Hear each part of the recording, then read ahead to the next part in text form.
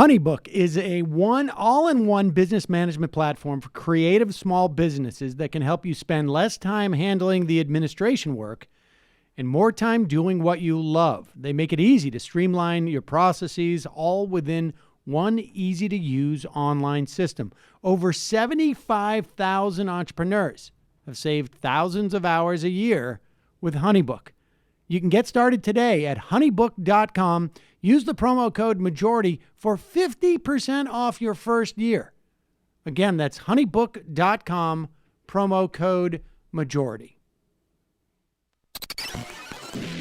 The Majority Report with Sam Seder. The destiny of America is always safer in the hands of the people than in the conference rooms of any elite. Sam Seder. They are unanimous in their hate for me, and I welcome their hatred. We must guard against the acquisition of unwarranted influence, whether sought or unsought, by the military-industrial complex. The Majority Report.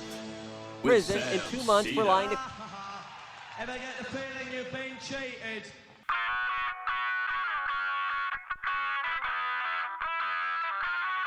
It is Wednesday, February 27th, 2019. My name is Sam Seder. This is the 5-time award-winning Majority Report. We are broadcasting live steps from the industrially ravaged Gowanus Canal in the heartland of America, downtown Brooklyn, USA. On the program today, we're going to do some live coverage of the Michael Cohen hearings as he sings and Jim Jordan wrestles with the testimony. Department of Homeland, or I should say the DHHS, has been sitting on thousands of sexual assault allegations from immigrant children for up to 3 years. Pramila Jayapal drops the mother of all Medicare for All's bills. DSA Medicare for All caucus says it meets all conditions.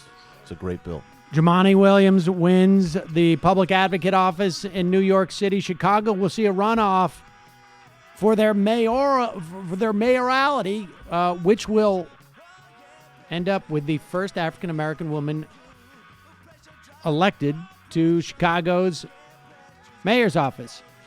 Meanwhile, Mitch McConnell to call for a Green New Deal vote as the kids are all right. DiFi pulls her weak tea bill. Pakistan says it shot down 2 Indian aircraft. That's a little scary. House votes to terminate Trump's emergency declaration. And Congressman John Lewis introduces a bill to restore the Voting Rights Act. Lastly, a look at the Warren daycare plan versus the Family Fun Pack daycare plan. All this and more on today's Majority Report.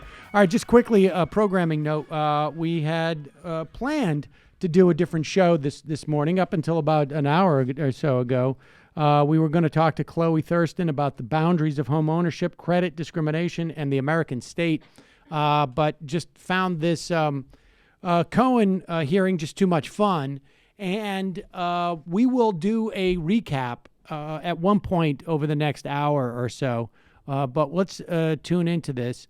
We're going to just do some rolling coverage.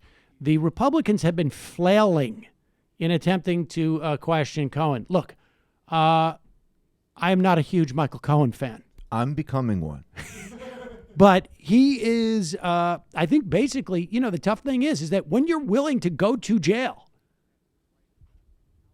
for 3 years, it brings some type of moral authority to what you're saying. Like every time we see people who are coming up there and are all self-righteous about their testimony, they're all people who have gotten pardoned. They're all people who are going to pay no, basically held to account, not at all. But this guy's up there saying, I'm going to jail for 3 years. We also saw I don't even have a book deal. Not yet, but I'm very much looking forward to the movie. Forget Right. the book. I want Michael Clayton meets Burn After Reading, and I want to see how well George Clooney can do Jew. What just happened? We lost the signal. It'll come right back. Yeah, it was Okay. dark, so I had to reset it. All right, so we ready to go here? Yeah. Okay. moms taught us. Liar, liar, pants on fire. There you No go. one So See the why we did Republicans aren't doing so well at this. It's sad. Hey, It's fascists sad are that dumb, we have come- dangerous. In fact, I want Just to a quote reminder, and this the chairman's we got off very of words. Twitter. Michael This Cohen is is a not the real- first Hold on. admitted liar to Congress to testify in front of Congress this month. Sad state. Not ever. This month. Elliot Abrams famously lied to Congress, was actually convicted of perjury. And I'm going to say Iran-Contra more relevant than building contracts. Yes. For Mr. Trump. And at some point, you apparently changed your course of action. It was Jim There's a Cooper recurring from refrain in Tennessee. your testimony that says, and yet I continued to work for him. Electrifying public presence. But at some point you changed. What was the breaking point at which you decided to start telling the truth? There are several factors. Helsinki, Charlottesville, watching the daily destruction of our civility to one another, putting up silly things like this, Oh, that's silly. really unbecoming of Congress. It's that sort of behavior that I'm responsible for. I'm responsible for your silliness because I did the same thing that you're doing now for 10 years. I protected Mr. Trump for 10 years. And the fact that you pull up a news article that has no value to it, and you want to use that as the premise for discrediting me, that I'm not the person that people called at 3 o'clock in the morning, would make you inaccurate. In actuality, it would make you a liar, which puts you into the same position that I am in. And I can only warn people, the more people that follow Mr. Trump, as I did blindly, are going to suffer the same consequences that I'm suffering. This is so smart how he keeps flipping it back. Like, you're doing what I warning did. would you give young people who are tempted, as you were, would you encourage them not to wait 10 years to see the light? What advice would you give young people, in particular young lawyers, so they do not abuse their bar license as you did? Look at what's happened to me. I had a wonderful life. I have a beautiful wife. I have 2 amazing children. Had some nice van I scams achieved going. financial People success would by get a the little age bit of of 39. I didn't go He's to work keeping for kids Mr. off Trump the streets. Next because we I get banged had up to. a little I bit went and to we go to the work for him Hamptons. because I wanted to, and I've lost it all. So if I'm not a picture perfect, that's the picture that should be up there.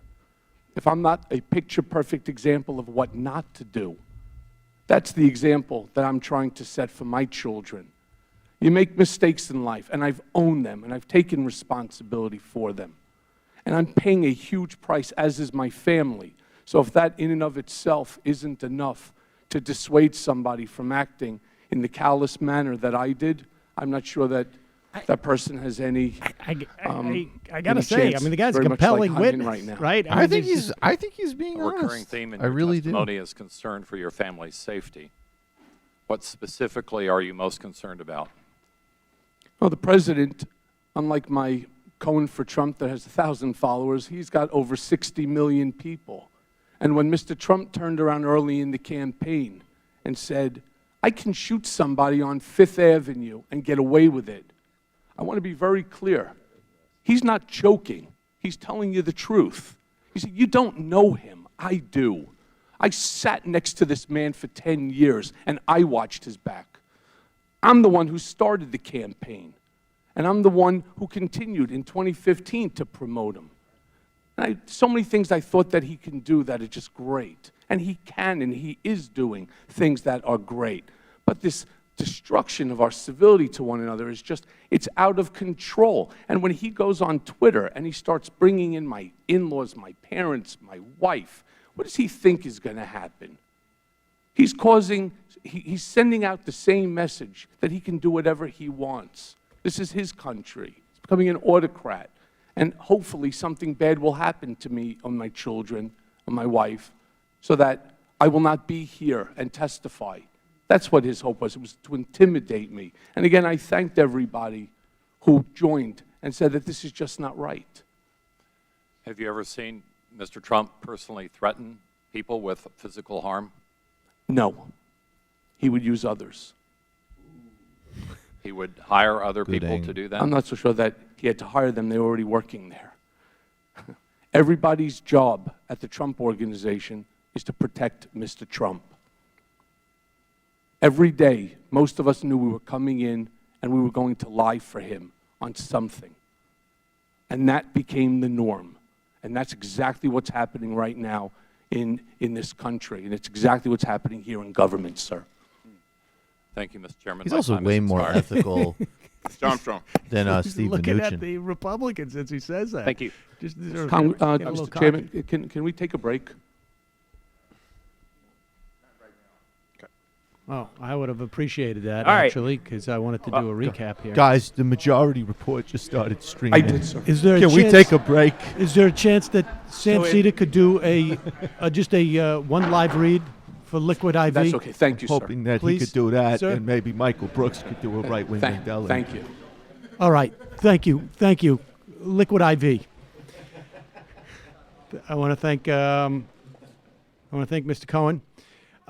Folks, with 110% daily value of vitamin C, B12, Liquid IV is a great way to stay healthy and hydrated during these cold winter months.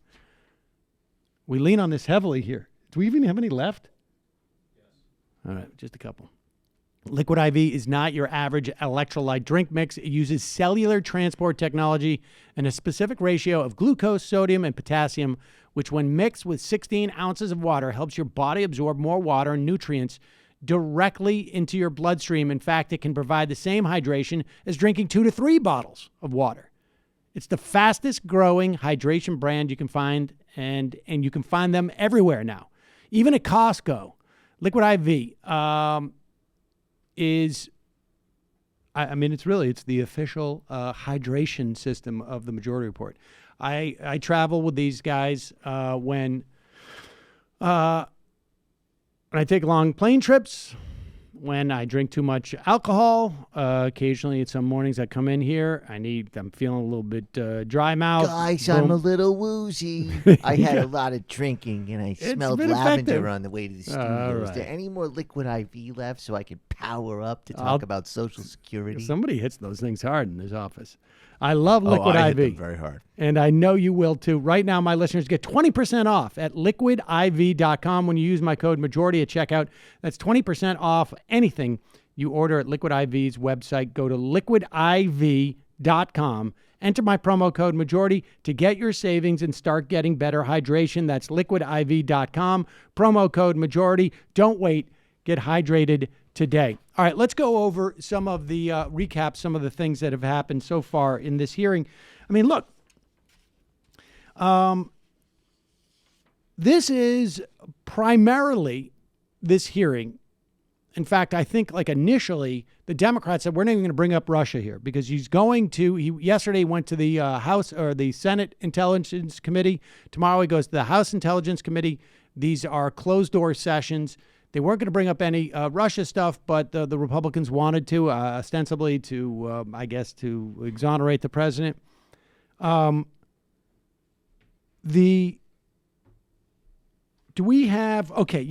is the most interesting part. We're going to start and not quite at the beginning, because to me, in terms of the concept of collusion and whatnot, it has always been, my assessment that to the extent that any collusion happened, that they weren't aware of it or this and that. I think that, over time, I've become a little bit more convinced of that they maybe had a little bit more of a sense of what was going on, of who they were dealing with. But, and one of the things that I had said over and over again during the campaign was my genuine belief that Donald Trump did not want to win, was not running to win, didn't think he was going to win. And Michael Cohen basically confirmed that with his testimony. But what also becomes interesting here is that in some ways it makes the idea of collusion, whatever that means, but the idea that Trump was aware of what the Russians were doing and was encouraging it, and there was a quid pro quo involved here. In some ways, it makes it, in my mind, a little bit more likely, because in some ways it reduces the stakes. instead of it being like, you're going to help me become president and I'm going to be a nefarious agent for you, it's going to be, I'm going to carry your water with some things, and I'm not going to be president. I'm just going to own a building for several $100 million. That to me is a much more likely scenario than someone being a Manchurian candidate. It's just him doing another corrupt business deal, which in fact is something that he basically had done in New York real estate for decades. Decades. Here is Michael Cohen saying, this is clip number 3, that, Trump just ran as a marketing exercise. Donald Trump is a man who ran for office to make his brand great, not to make our country great. He had no desire or intention to lead this nation, only to market himself and to build his wealth and power. Mr. Trump would often say this campaign was going to be the greatest infomercial in political history. He never expected to win the primary. He never expected to win the general election. The campaign, for him, was always a marketing opportunity. And so the campaign's a marketing opportunity, and this is from his prepared opening statement. The campaign's a marketing opportunity, and later in the hearing, he talks about he would do anything to win. And it was a little bit unclear in the way that he phrased it, but I think what he was saying was that winning was not winning the election. Winning was getting this multi-$100 million deal for this building in Moscow. And so that's, I think, what they were talking about when they were saying winning. And when you think about it in those terms, like, yeah, of course, Trump. I mean, remember, Flynn lied because about his dealings with, I think it was Turkey, because they didn't think they were going to win. And so that this just becomes like, completely transactional. It's overperform so you don't lose in an embarrassing way and then cash in. Exactly. Across the board. I mean, we're not even talking about the Emirati and Saudi stuff. Right. And the Israeli stuff. I mean, it's open shop for everyone. And this is also just a way more outsized and stupid and overt and less legalized form of, basically what happens across the board anyways. Right. And he didn't need to do any of this stuff to be rich, right? Like, Trump was a rich kid. But he wasn't a billionaire. He's never been a real billionaire. And I do think that there's a psychology this is the opportunity of maybe actually getting, like, he knows he's lying about his earnings.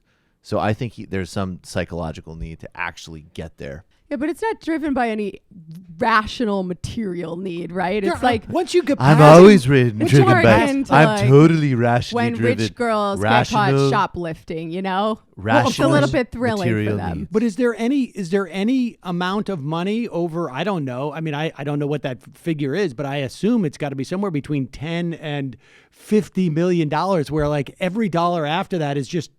I'm never going to see it. Well, there's actually studies from Sweden on your mental well-being, and you really only need about $100K to feel good with your life. That's 70, I think. But no, fake news. All right.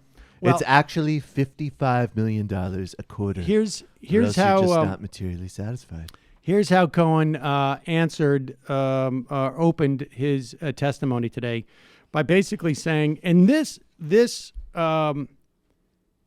theme of him saying that he's ashamed has been incredibly effective in dealing with the Republicans. And I got to say, the Republicans are not good at this. They're just simply not good at this. Or this crew of them. One person pointed out actually on Twitter, which might be true. I mean, in addition to them also just being unlikable and ridiculous and stupid and bringing up, we'll get into it. But I think the other problem they're having is that they have to be so careful about how they implicate him in lying and crimes without bringing Trump into it, because it's always on behalf of Trump. That's another needle they have to thread. Right. They have to thread a needle. But the hardest thing they have is that he is seemingly holding back nothing, and he is assuming all responsibility, and that gives you very little oxygen to sort of like start this. And so this is indicative of where he went with this. I am ashamed that I chose to take part in concealing Mr. Trump's illicit acts rather than listening to my own conscience. I am ashamed because I know what Mr. Trump is. He is a racist, he is a con man, and he is a cheat. Now, throughout this, at one point, and it may just be that he got in trouble, or it's unclear to me exactly what the impetus was, but I do know that this is a guy whose kids go to a private school on the Upper West Side of New York. I know people who are in those social circles, and it's quite possible that the vast majority of people that he's surrounded with are just like, really? And at one point, he just found it easier. He just looked at his kids and said, they're going to have an easier time of this. I think that's if true. I go out and change this way, because I'm already screwed, and so this is the best I can do. I mean, I also think that people, and maybe this is kind of a New York thing, but I'm not saying it's right, but I think that people sometimes underestimate the difference, and it's showing up in the hearing, because Republicans are like, oh, well, if he was so sleazy and it was just about money, and why did you work for him in his real estate empire? And it's like, well, there's a pretty big difference in some people's minds. Like the difference between a Michael Cohen and a complete sociopath like Donald Trump is maybe it's like fun and games when we're doing real estate hustles, but maybe I actually do have a certain conscience about occupying the Oval Office. And he keeps mentioning Charlottesville, which is interesting. No one follows up on. Well, I think that his really parents apparently were Holocaust Holocaust survivors. I think that too. actually affect. I mean, contrast that with Mnuchin and Cohen. I mean, yeah. they did a little back channel pontificating. Right. Cohen had to, at the very least, felt pressure to to put out there that he was troubled. Right. I think this actually affected this guy. Yeah. All right. And here we are back live. Okay, resuming shortly. All right, so let's go. There's a couple of things that are pretty funny revelations about Donald Trump that, I think are not shocking, but it's fun to hear about. One is, of course, how he hired a sock puppet, essentially, to bid up the value of his self-portrait at an auction to make it seem like it was the most valuable picture that anybody could buy. And then had his charity, this has been somewhat reported, had his charity pay back the sock puppet bidder, and then he hung it in his house. Wow. And funniest president ever. Can we all admit that? And he apparently also threatened his high school and elementary school and SATs not to release his scores. Good. You call the college board now. A copy of an article with Mr. Trump's handwriting on it that reported on the auction of a portrait of himself that he arranged for the bidder ahead of time and then reimbursed the bidder from the account of his nonprofit charitable foundation, with the picture now hanging in one of his country clubs. And copies of letters I wrote at Mr. Trump's direction that threatened his high school, colleges, and the college board not to release his grades or SAT scores. I don't want to see him. There you go. Wow. If you can abstract away from all of the very bad outcomes, you got to admit Trump is the most hilarious president we've ever had. It's true. I mean, to get that petty. This is after he's in office. And everybody says I attacked Obama about his test scores. Ever heard of best defense is a good offense? I mean, how sort of psychologically damaged. What is it? Is there a follow-up to it? Obama gets. Oh, yeah. Let's see this. Here we go. There's more. When I say con man, I'm talking about a man who declares himself brilliant, but directed me to threaten his high school, his colleges, and the college board to never release his grades or SAT scores.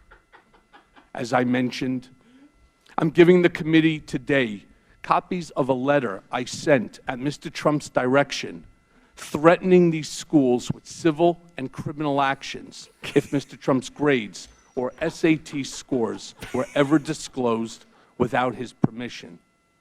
And these are under Exhibit 6. The irony wasn't lost on me at the time that Mr. Trump, in 2011, had strongly criticized President Obama for not releasing his grades. As you can see in Exhibit 7, Mr. Trump declared, let him show his records after calling President Obama a terrible student. I swear to God. When you hear stories of like they lived under the Mad King. This is what it was like. It just like completely. You're president of the United States. You're a 70-year-old man. You worried about your high school grades being released? Shut up, you love it. Yeah, oh, fancy Jew with his nice high school grades. Meanwhile, you're hosting an internet show. I'm the president. If I was in Congress, I swear to God, I would ask. Subpoenaed. I would subpoena. They got to be subpoenaed.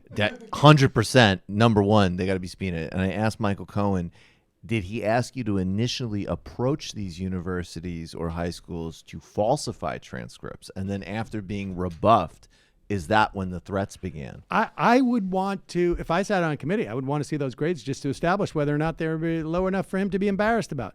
All right, This is one thing people like about Trump, though. Like, he pisses off all of those grade-grubbing nerds who work their whole lives to have a fancy job, and then he waltzes in like, hey, I'm a total dumbass, and gets elected. No, but he doesn't. He wanted cop to be a dumbass. That's the problem. The smart. If he came out and he was just like, I'm a C student and I'm smarter than you, that would be great. Right. But That's he why doesn't I call do it that. Scrool. Fair enough. Yeah. I call it scrool, just like a Limbaugh, because you got to be screwy. Well, All right, doesn't Limbaugh does? Isn't Limbaugh the guy who's like, I didn't do well in school and I crushed it? Whether or not I had Representative Virginia Fox from regarding North Carolina. a possible book deal, and I have.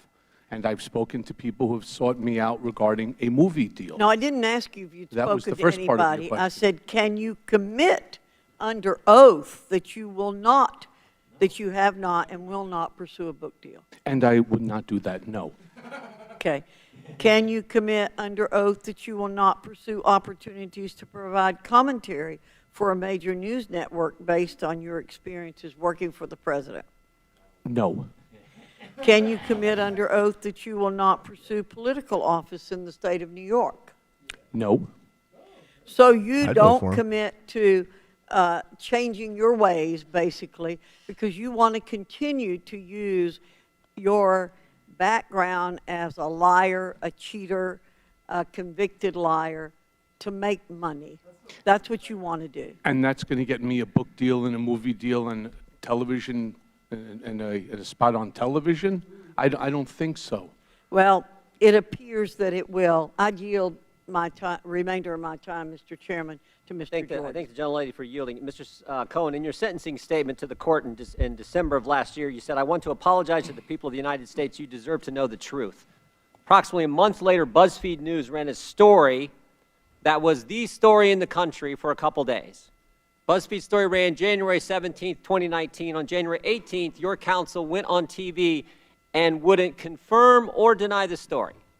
The next day, the special counsel's office did something that's never happened. Never happened. They said the description of specific statements to the special counsel's office and the characterization of documents and testimony obtained by this office regarding Michael Cohen's congressional testimony are not accurate. Why didn't your lawyer, the day that he's on TV, when this story is the biggest thing in the news in the country, why didn't he deny the BuzzFeed story? Because I didn't think it was his responsibility to do that. We are not the fact checkers for BuzzFeed. He's on TV to talk about the very story you committed to the court when you were trying to get your sentence reduced, that the American people deserve to know the truth. You had the golden opportunity to give them the truth on a false story, the BuzzFeed story, and your lawyer didn't say a thing. He actually he said this, I can't confirm, I can't deny. You had an opportunity to do exactly what you told the judge you were going to do 1 month after you said it, and you didn't do it. Why not? Again, it wasn't our responsibility to be the fact checker for the news agencies. This is the biggest story in the country. Sir, please let me. The president says so far approximately 9,000. Finish. I got 8 seconds. I got 8 seconds. I'll let you finish. Chairman, may I please finish? The special counsel Chairman, can I said please finish? something they've never done. They said that Sir. story was false. Now you can respond. Okay. My response. The president has told something over 9,000 lies to date. Do I ask Mr. Davis or Mr. Monaco, or do I go on television in order to correct his mistakes? When Mr. The Davis answer, goes on sir, to talk the answer about is that no. specific subject, The you answer should. is no. And I would like to gentleman's also, time has listen up. The gentleman's time has expired, You may finish answering the question, and then we're going to go to Mr. Connolly. All I wanted to say is I just find it interesting, sir, that between yourself and your colleagues, that not one question so far since I'm here has been asked about President Trump. That's actually why I thought I was coming today. Not to confess the mistakes that I've made. I've already done that.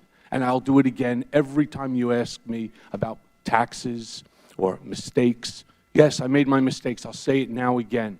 And I'm going to pay the ultimate price. But I'm not here today, and the American people don't care about my taxes. They want to know what it is that I know about Mr. Trump. And not one question so far has been asked about Mr. Trump. Mr. Connolly.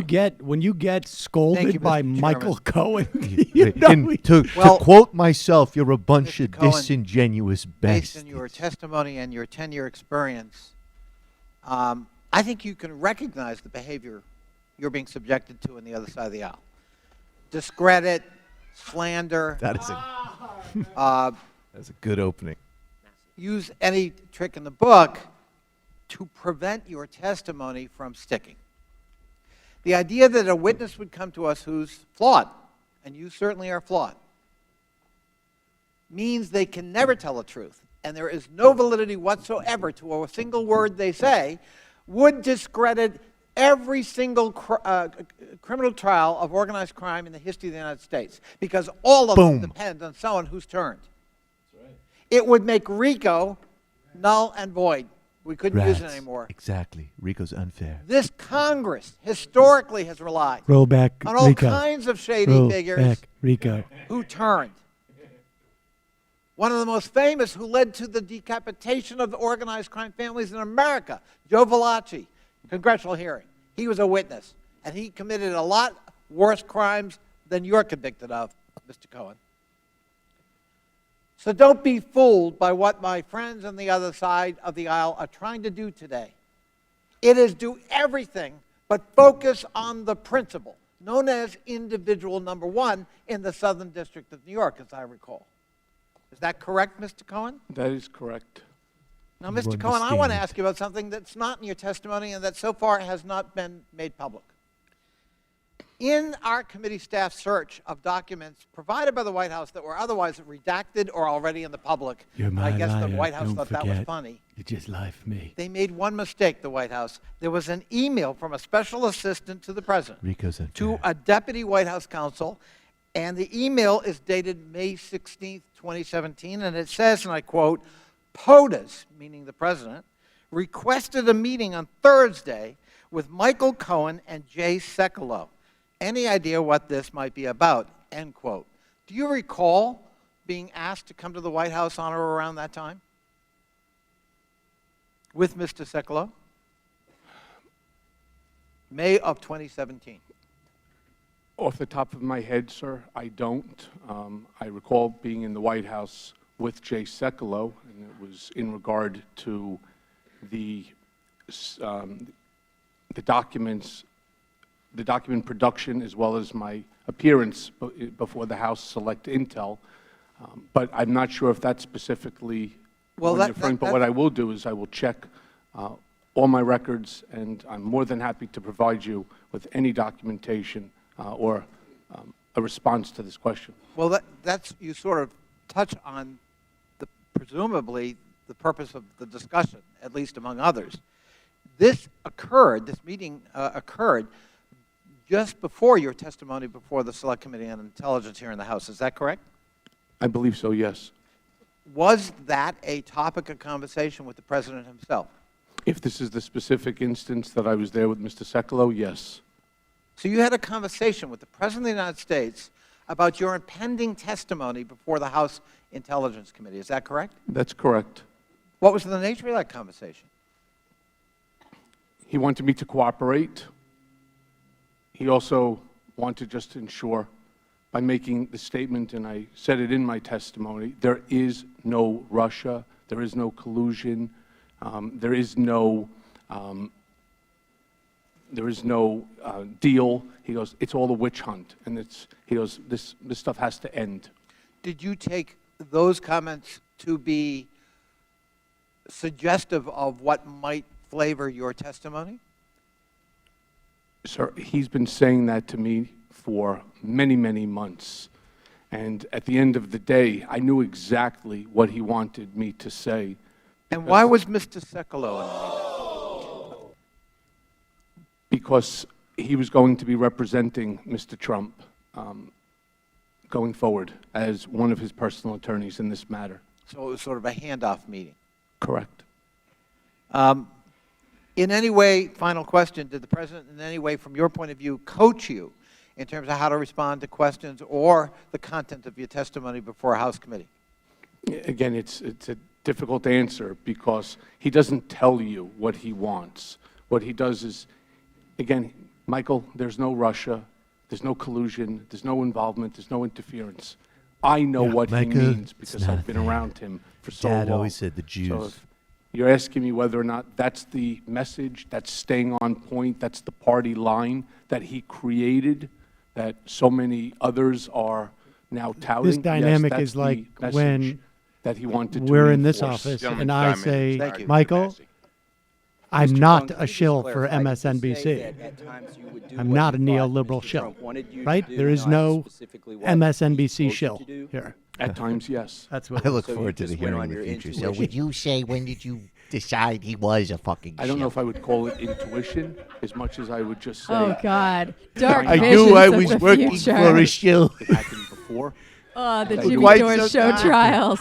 Does a lawyer have a duty to provide his Of client with good 2030. legal advice? Here we go. Mr. Stay Massey. tuned. Yes, Were you a good lawyer to Mr. Trump? I believe so. When you arranged a payment to Ms. Clifford, you say in your testimony, I'm going to quote from your testimony, that you did so, quote, without bothering to consider whether that was improper, much less whether it was the right thing to do. You said that, unquote. That's your testimony today. You said you didn't even consider whether it was legal. How could you give your client legal advice when you're not even considering whether it's legal? I did what I knew Mr. Trump wanted. This conversation with Mr. Trump started. I didn't ask whether you're a good fixer. I asked whether you were a good lawyer. Whew. Sometimes you have to melt both together. I needed to, at that time, ensure and protect Mr. Trump. So- And if I put my, which I'm clearly suffering the penalty of, I clearly you said erred on the protect side Mr. of Trump. wrong. So you feel like without bothering to consider whether it was proper, much less whether it was the right thing to do, by ignoring any conscience, if you have one, that you were protecting Mr. Trump. I'm sorry, sir, I don't understand You your feel that question. was how to protect, as his lawyer, you feel that you did a good job. You said you were a good lawyer, right? That's Is that correct. being a good lawyer? To not even consider whether it's legal or not? I didn't work for the campaign. I was working and I was trying to protect say Mr. anything about Trump. a campaign I against sat Mr. with Trump. Mr. Trump, and this goes back all the way to 2011. This wasn't the first scenario with Ms. Daniels. Let's go back then. So my point is, this was an ongoing situation. It didn't just start in Right. October. Let's- I wanna Please, go you have back. to let me finish. Well, It started in it didn't start in Let me October. ask It you started specifically many on that. years earlier. When were you disbarred? Yesterday, from what I read in the paper. Yesterday. When should you have been disbarred, based on the legal counsel you were giving your client? I don't have an answer for your question. How long were you counsel for Mr. Trump? Since 2007. When is the first time you gave him bad legal advice or failed to inform him of his legal obligations, as you testified today you did in the case of the payment to Ms. Clifford? When was the first time you did that? Would that qualify for disbarment? I don't know, sir. I'm not the Bar Association. I think you should consult with him maybe occasionally on some of these things. now he's no longer Well, there's no point now. I lost my law license. Has anybody else promised this to guy's pay the closest. Mrs. Davis? The closest has represent come you? No. because Cohen should have said Nobody up front, has. I'm No. not Are a you good offering? lawyer insofar as like I didn't follow Question, the law, but I'm quickly. a better fixer, The consigliere. lawyer want a good said, lawyer. and this is Right. also in Wanted your a testimony, fixer. in the days Right. before the Democratic Convention, you became privy to a conversation that some of Hillary Clinton's emails would be leaked. Is that correct? Correct. Okay. Was that in, you said late July? Do you know the exact day? I believe it was either the 18th or the 19th, and I would guess that it would be on the 19th. But it was definitely July. I believe so, yes. Do you know that was public knowledge in June? This was that's Mr. true. Assange. This is true. And I'd like to submit this unanimous consent. To This submit Guardian to the piece record. actually is from like June Mr. 16th, I Assange think it was. reported to the media June 12th. The only guy who's 12th doing that work those here. emails would be leaked. So I'm not saying you have fake news. I'm saying you have old news, and there's really not much to that. I would like to yield the remainder of my time to Mr. Higgins. That is the least relevant Cohen, part of this story on some level. That quoting you Stone close, was I in can't touch earlier with him said, I and spent last gave him a week heads looking up. through There's boxes really to find not documents much that would there support your per se, accusation. unless there's Where are other those things boxes, that. good sir? Where are those boxes? Are they in your garage or? They're in the storage. And are these not boxes that should have been turned over to investigative authorities during the many criminal investigations you've been subject to? Sir, these are the boxes that were returned to me If post the raid. they include data pertinent to crimes that you've committed, should they not have been turned over and remanded to investigative authority? Did Mr. Lanny Davis know of these boxes? Did you, Joe, did you lawyer You know? may answer the question. I don't understand his question, sir. Very well. Christian Morsi. Mr. Cohen. That was bizarre. Morning. Thank you, Chairman Cummings, for convening this hearing, and thank you, Mr. Cohen, for voluntarily testifying this morning. Mr. Cohen, you were the Executive Vice President and Special Counsel for the Trump Organization, correct? I was the Executive Vice President, Special Counsel to Donald J. Trump. And Special Counsel means you were the attorney for him, is that right? Just means I was there in order to handle matters that he felt were significant and important to him individually. And those included legal matters? Yes, sir. Sir, as a former attorney, you're familiar with legal documents known as non-disclosure agreements, or NDAs, is that right? Yes. Exactly. Sir, I'm sure you know that NDAs, properly written in scope, can be reasonable in certain business contexts, but they can also be abused You're about to break create your a chilling NDA. effect to silence people, as we've seen in the Me Too movement and other places. Isn't that right, Mr. Cohen? Yes. And Mr. Cohen, the Trump Organization used NDAs extensively. Isn't that right? That's correct. Business. Mr. Cohen, I'm reading from a recent Washington Post article regarding the language in one of these types of NDAs where the terms were described as very broad. For instance, the terms Particularly for the confidential broads. information was defined to be anything that, quote, Mr. Trump insists remain private or confidential, including but not limited to any information with respect to the personal life, political affairs, and or business affairs of Mr. Trump I don't want or people to any know how helpful family I am. member, close quote. No Do brag those about your good terms deeds in sound public. familiar to you? I've seen that document. In fact, there's a class action lawsuit filed this month by former Trump campaign worker Jessica Denson that this NDA language is illegal because it is too broad, too vague, and would be used to retaliate against employees who complain of illegality or wrongdoing. Would you agree that in the use of the these types of NDAs with this type of language, and later when Donald Trump sought to enforce them, that he intended to prevent people from coming forward with claims of wrongdoing? Yes. Would you agree that the effect of the use of these NDAs and their enforcement was to have a chilling effect on people or silence them from coming forward? I apologize. If you want to define chilling, I'm not sure. Oh, just that he would, in using these NDAs or trying to enforce them, would basically try to keep people silent. That was the goal.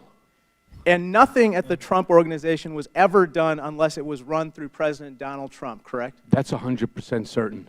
Okay.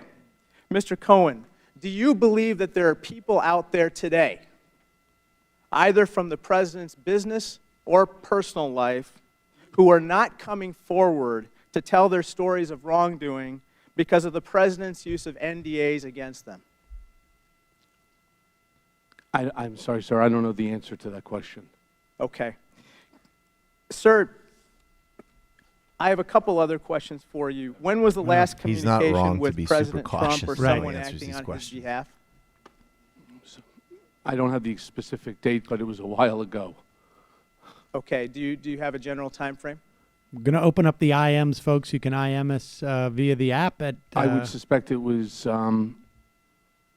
within 2 months post the raid of my my home Okay, so hotel. early fall of last year, generally. Generally. And what did he or his that mention agent about his communicate to you? hotel, he was not living. Unfortunately, this topic He was is separated actually from his something wife at that's that being time. investigated right now. So by I think the Southern threats District of from New York, Matt Gates and I've been less asked by powerful than them they might have been. not to discuss and not but to we will talk get to about that these later. issues. Fair enough. Is there any other wrongdoing or illegal act that you are aware of regarding Donald Trump that we haven't yet discussed today? Yes, and again, those are part of the investigation that's currently being looked at by the Southern District of New York. Sir, Congressman Cooper asked you about whether you were aware of any physical violence committed by President Trump. I just have a couple quick questions. Do you have any knowledge of President Trump abusing any controlled substances? I'm not aware of that, no. Do you have any knowledge of President Trump being delinquent on any alimony or child care payments? I'm not aware of any of that. Do you have any knowledge of President Trump arranging any health care procedures for any women not in his family? I'm not aware of that, no. Thank you. I yield back. Thank you. That'd be interesting. I mean, Mr. Cloud. Surprising, actually. Yeah. That last one's surprising. He wouldn't. Me too. Yeah. Thank you, Chairman. Mr. Cohen, can you tell me the significance of May 6th? It's the day after May 5. In terms of, sir? A couple months from now. That's the day that I need to surrender Yes, to sir, federal it is. prison. Could you, for the record, state what you've been convicted of? I've been convicted on 5 counts of tax evasion. There's 1 count of misrepresentation of documents to a bank.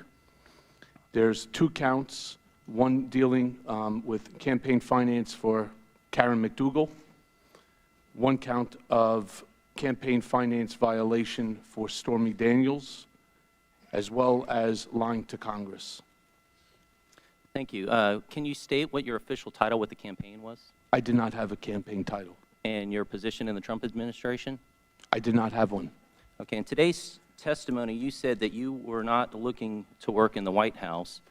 The Southern District of New York, in their statement, their sentencing memo, says this: Cohen's criminal violations in the federal election laws were also stirred, like others, crimes by his own Cohen, ambition and greed. What do you think of my rad goatee? Cohen privately told friends, colleagues, and including C's text messages that he expected to be given a prominent role in the new administration.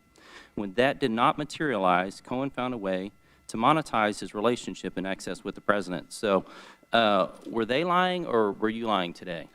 I'm not saying it's a lie. I'm just saying it's not accurate. I did not want to go to the White House. I retained, and I brought an attorney in, and I sat with Mr. Trump, with him, for well over an hour, explaining the importance of having a personal attorney, that every president has had one, in order to handle matters like the matters I was dealing with, which included, say, like Summer Zervos, Stormy Daniels, was dealing with Stephanie Clifford, and other personal matters that needed. Memo. Excuse me, this is my time. Thank you. I ask unanimous consent to submit the sentencing memo from the Kyle Southern District of New Kalinsky's gotten York. really, he's really changed since he's become a congressman from Texas. All right, I'll give Does that guy look like Kyle Kalinsky?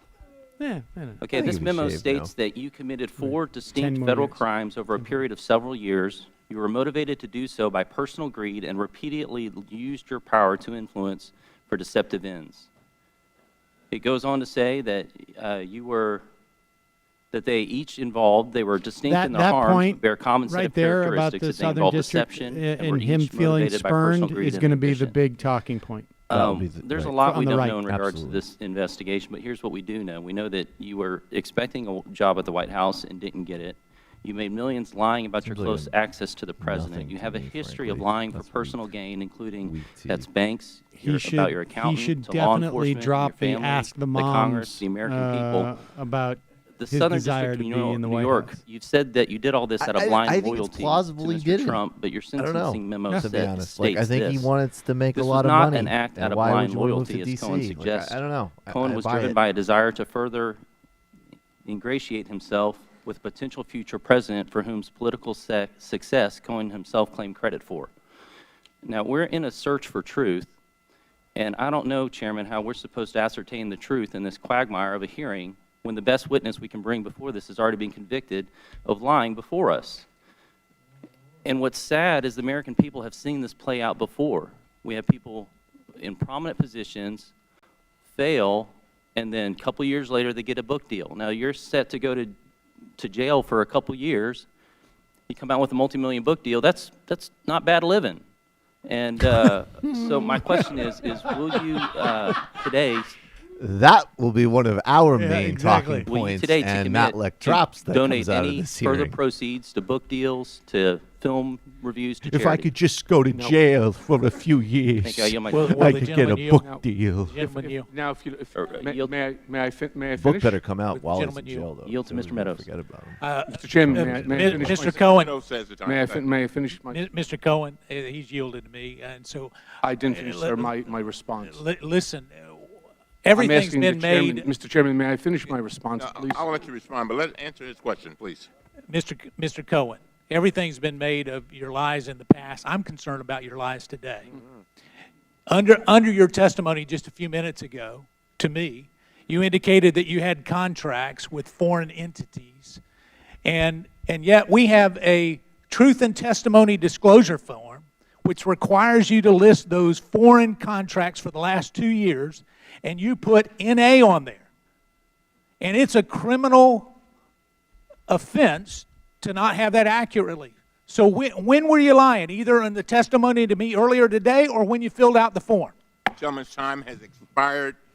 Mr. Cohen, you may answer his question and then whatever you wanted to say on that. His questions, unfortunately, I don't have an answer for his question. But as it Well, no, relates- Mr. Chairman. As Excuse it me. relates, The gentleman is out of order. He said he does not have an answer. Mr. Chairman, when we were in the majority, with all due respect, Mr. Chairman, hold on. Regular order. The gentleman has just said he doesn't have an answer, and you had already gone over your time. He's under oath to tell the truth. One of them he's under oath to tell the truth. One of them is not accurate, Mr. Chairman. You will have time to answer questions. Chairman, just a question, Mr. Chairman. We need the guy from Parliament to go, order. Mr. Raskin.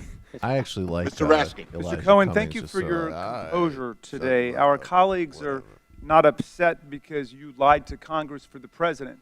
They're upset because you stopped lying to Congress for the president. Now, you've I described was the Trump practicing campaign that as last a night in the mirror, once-in-a-lifetime money-making and my wife said it opportunity, went the greatest very well. infomercial of all time, I think you said. And this may be the most trenchant observation of your whole testimony. Do you think the Trump campaign or presidency ever stopped being about making money for the president, his family, and his organization?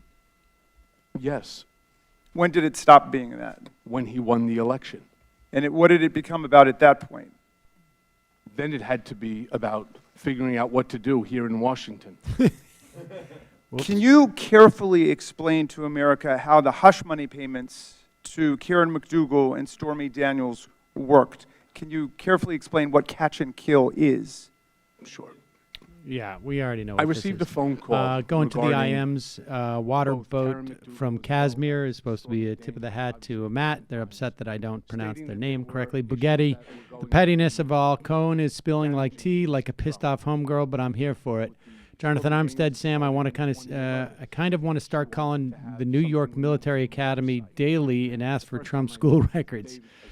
Ideally, I'd love for the school to hire a full-time person to handle these requests, much like the hospital in Hawaii did after Trump claimed Obama wasn't born in America. Word. Donald, hello. Thanks for all you guys do. Political jargon. I don't like Cohen, but it's hard not to be on his, quote, side during this. One weird trick, Trump's fixation on accumulating more wealth than he will ever spend is more evidence of how capitalism is a religion to the capitalist class. Indeed, Jeffrey, why would we believe Cohen when he says he's a liar when we can prove that he lied before? He could be lying about lying, which could make his lie about lying not credible. Sam knows people who knows people in Cohen's circles. He trying to say he's in the Jewish mafia? Look, I know a guy. Winnipeg Craig, forget Cohen. Let's talk about Sam cruising Twitter to pick up chicks. Haven't seen my man this thirsty since before MR started stocking Liquid IV. Wow. Nice. Dragon Slayer. Important to note that in addition to there being a Chicago mayoral runoff, there are 3 DSA-endorsed candidates that will also be in runoffs for alderman, as well as 1 DSA-endorsed alderman at 1 re-election. I'm not aware Okay, of listen. any other case that Mr. Trump paid. So which brings us to the Karen McDougal. He was supposed to pay. He was supposed to pay $125,000 for the life story of Karen McDougal. For whatever the reason may be, he elected not to pay it.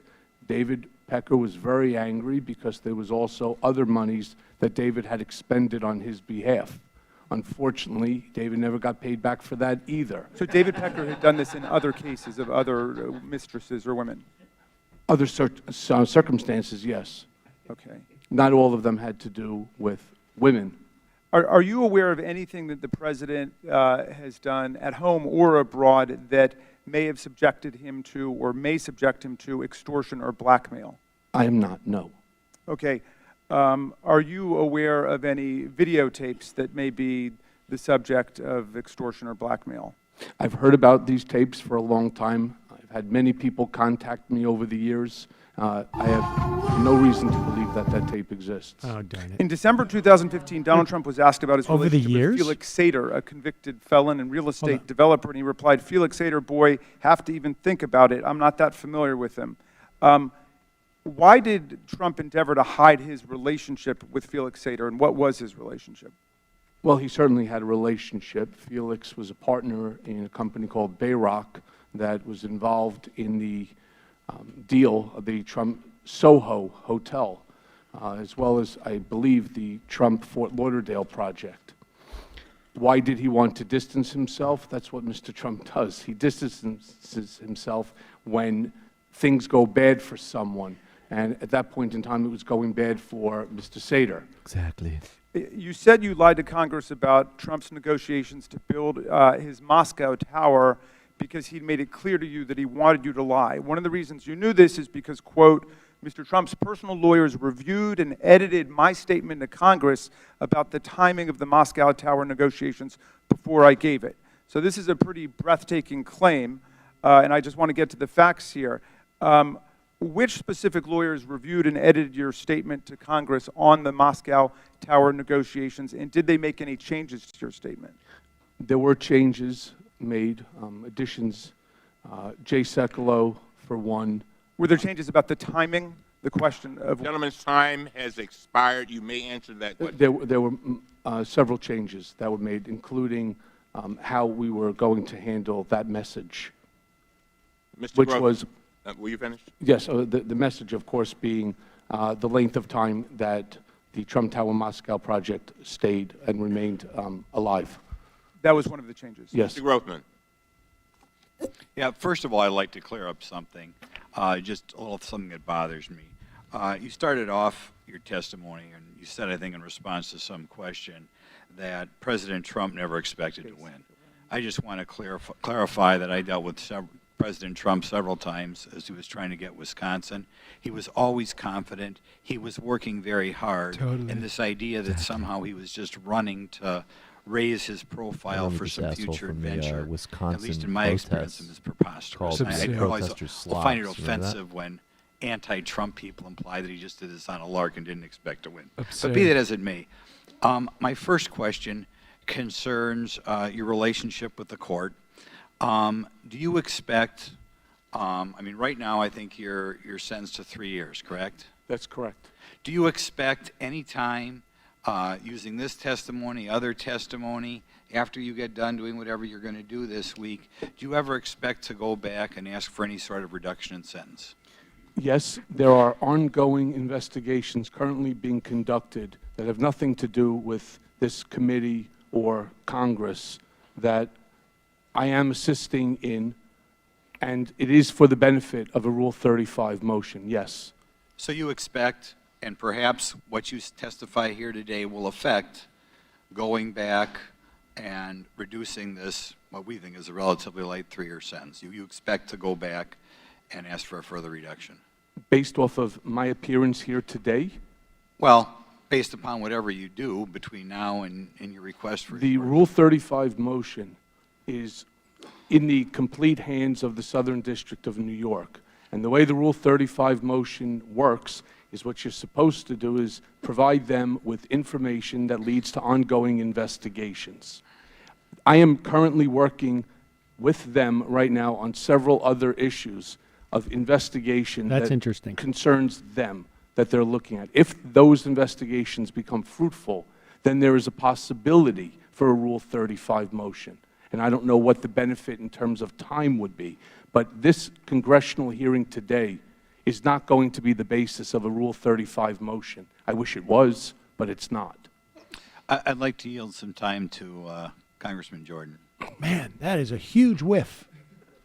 That's a huge whiff. North Carolina. Mr. Cohen, I'm going to come back to the question I asked before with regards to your false statement that What you does submitted NA to means Congress. not applicable? On As an here, it answer? was very So how is it clear a that it lie? asked for contracts with foreign entities over the last 2 years. Have you had any foreign contract Yes, with foreign Novartis. entities, whether No, it's that Novartis, Novartis was or the outside of Korean the 2-year window, Airline, probably. or Kazakhstan BTA Bank? Your testimony earlier said that you had contracts with them. In fact, you went into detail I believe on it those talks contracts. about lobbying. I did no lobbying. On top of In that, your they are not testimony, government. I'm not asking about lobbying, Mr. Cohen. They I'm are saying, not government do you- agencies. Do They are you private- have they do are you have privately or foreign publicly contracts? traded companies. Do you have foreign contracts? I currently have no foreign Did you have foreign contracts over the last 2 years? foreign contracts. Contracts with foreign entities. Did you have Yes. contracts? Yes. Yes. Why didn't you put them on the form? It says it's a criminal offense to not put them on this form for the last 2 years. Why did you not do that? Because those foreign companies that you're referring to are not government companies. It says non-governmental, Mr. Cohen. You signed it. They're talking about me as being non-governmental. And right, it says foreign agency. It says foreign contracts. Do you want us to read it to you? I read it, and it was reviewed by my counsel, and I am a non-government employee. It was not lobbying, and they are not This foreign has nothing to do with lobbying. It says it's a criminal offense to not list all your foreign contracts. That's what it says.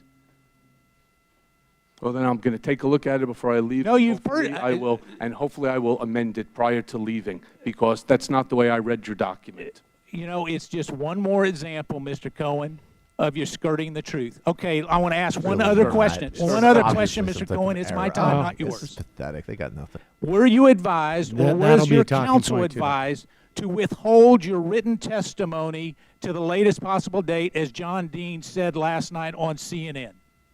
Was it my what?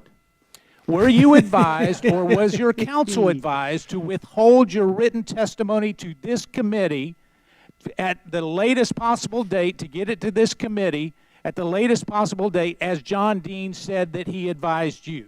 Yes or no? No. We were He never working- advised you. We were, John Dean?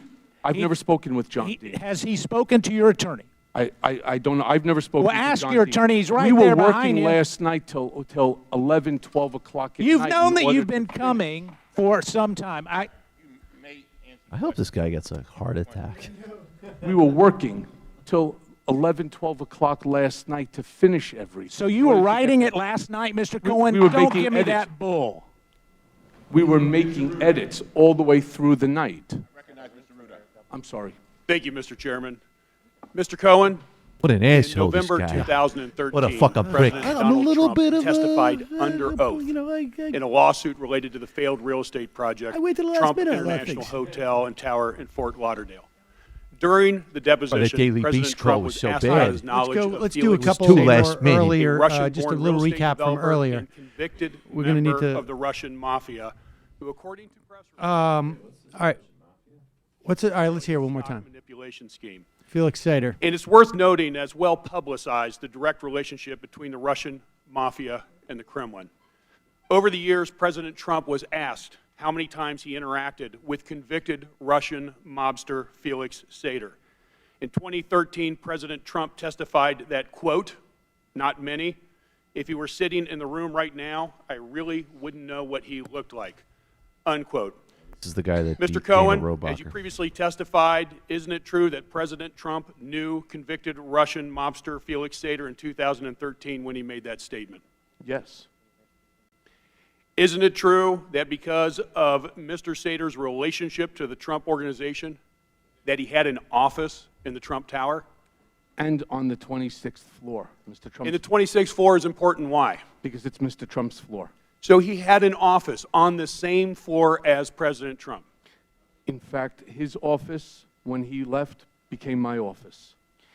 And isn't it also true that convicted Russian mobster Seder even had business cards indicating that he was a senior advisor to Donald Trump, as reported by the Washington Post? Yes. Did convicted Russian mobster Seder pay rent for his office? No, he did not. So, based on those facts, isn't it true that President Trump misled at best, or worse, lied under oath? Yes. In December 2015, President Trump was asked again about his relationship to convicted Russian mobster Mr. Seder by a reporter for the Associated Press. He stated, quote, "Felix Seder, boy, I have to even think about it," unquote. He added, quote, "I'm not that familiar with him," Felix, unquote. Felix, to Mr. name, Cohen, you where think would I'd we remember. find business records God, that explain every the time I president's hear talk like relationship this, to I the just think convicted Wayne Barrett Russian were around, mobster things would be Felix going Sater? very, Would those very be differently. in the Trump organization's files? They'd be in the Trump organization's files. There would be CCs to Bayrock, which was the name of Mr. Seder's company. I suspect on Mr. Seder's email address, possibly hard files in possession of Mr. Seder. And when you say in possession of the Trump organization, where?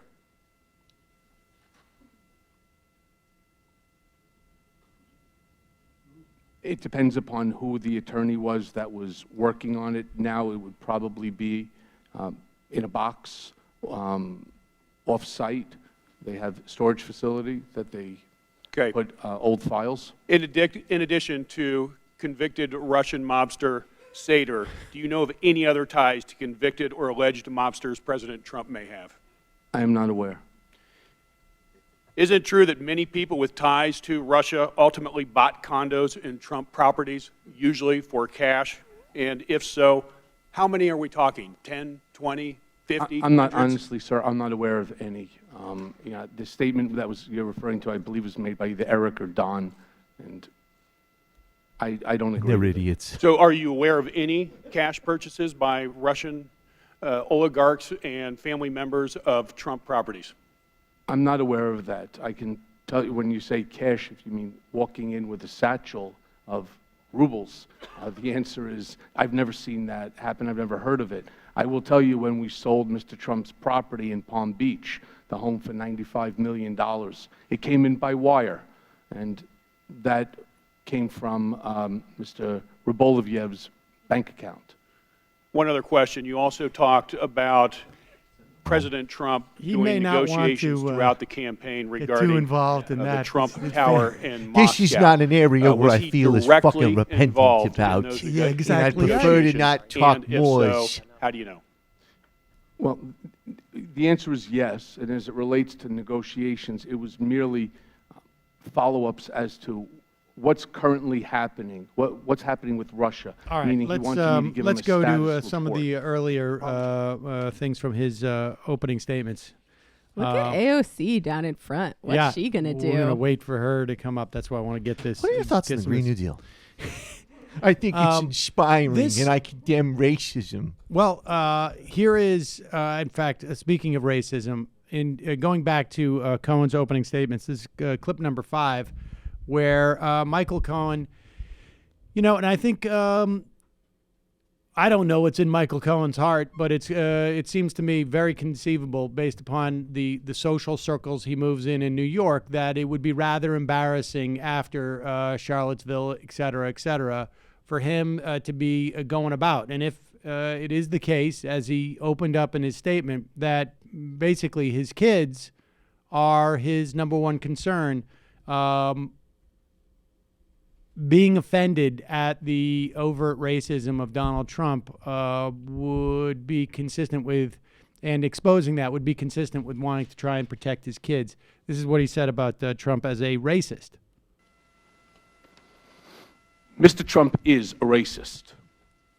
The country has seen Mr. Trump court white supremacists and bigots. You have heard him call poorer countries shitholes. In private, he is even worse. He once asked me if I could name a country run by a black person that wasn't a shithole. This was when Barack Obama was President of the United States. And while we were once driving through a struggling neighborhood in Chicago, he commented that only black people could live that way. And he told me that black people would never vote for him because they were too stupid. And yet, I continued to work for him. There you go.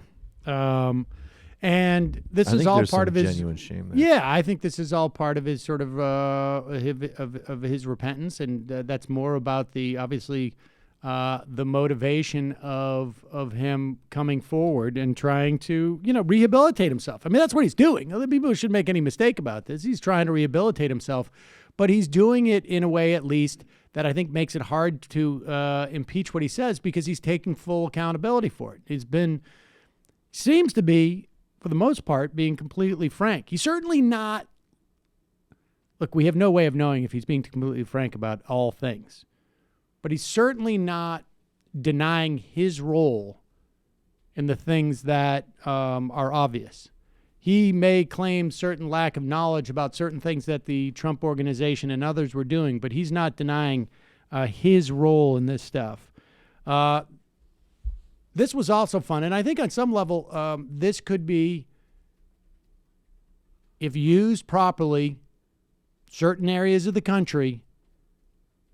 I don't know that it's going to get anybody to flip their vote, but if used properly in certain areas of the country, may depress some votes, frankly. When you got Michael Cohen talking about Donald Trump's bone spurs. Mr. Trump claimed it was because of a bone spur, but when I asked for medical records, he gave me none and said that there was no surgery. He told me not to answer the specific questions by reporters, but rather offer simply... Pause it. I should say, this is in regards to why he didn't go to Vietnam. The specific questions by reporters, but rather offer simply the fact that he received a medical deferment. He finished the conversation with the following comment: "You think I'm stupid? I'm not going to Vietnam." Fair enough on that one. Right. See, I think that does have something to it, because I think that he revealed, like, nobody cares about, like, the sanctimony about John McCain, but that one is against his audience. Right. It's not if you like, went to hey, Vietnam, yeah, you're a sucker. And that is different than I'm sick of hearing about John McCain and he's a soft, like John McCain was part of the establishment. Yes. John McCain held him Yes. up as himself as some type of saint. He was a tall poppy that Donald Trump was cutting down and was going man to man with. Exactly. Getting out there and saying, if you went to Vietnam, you're a sucker. And I'm no sucker. You are, is a different thing. I could hear Vietnam vets who were sympathetic to Trump haha, yeah, he did. Right. He failed. He crashed planes. He Right. sucked. Right. But if it just goes to like, oh, you weren't rich. What, do you think I have bone spurs in my brain? Right, exactly. Yeah. And, I mean, in some respects, the reason why Trump got away with criticizing McCain and not paying a price with his own people with that was because they perceived McCain as looking down on them and Trump not. Right. This is a case of Trump looking down on those people who did go. That's basically what it comes to. All right, and this one is also a fan favorite around here when Michael Cohen confirms that even Donald Trump Sr. thinks that Donald Trump Jr. is an idiot. I remember being in a room with Mr. Trump, probably in early June of 2016, when something peculiar happened. Don Trump Jr. came into the room and walked behind his father's desk, which in and of itself was unusual. People didn't just walk behind Mr. Trump's desk to talk to him. And I recall Don Jr. leaning over to his father and speaking in a low voice, which I could clearly hear, and saying, the meeting is all set. And I remember Mr. Trump saying, okay, good, let me know. What struck me as I looked back and thought about the exchange between Don Jr. and his father was first, that Mr. Trump had frequently told me and others that his son Don Jr. had the worst judgment of anyone in the world. And also that Don Jr. would never set up any meeting of significance alone, and certainly not without checking with his father. There you go. I'll tell you what, if you ever, because we all know Don Jr. is this just, disgusting moron on Fox and Twitter. But if you ever, I forget who wrote it. I couldn't even get through all of it, but it was a GQ piece.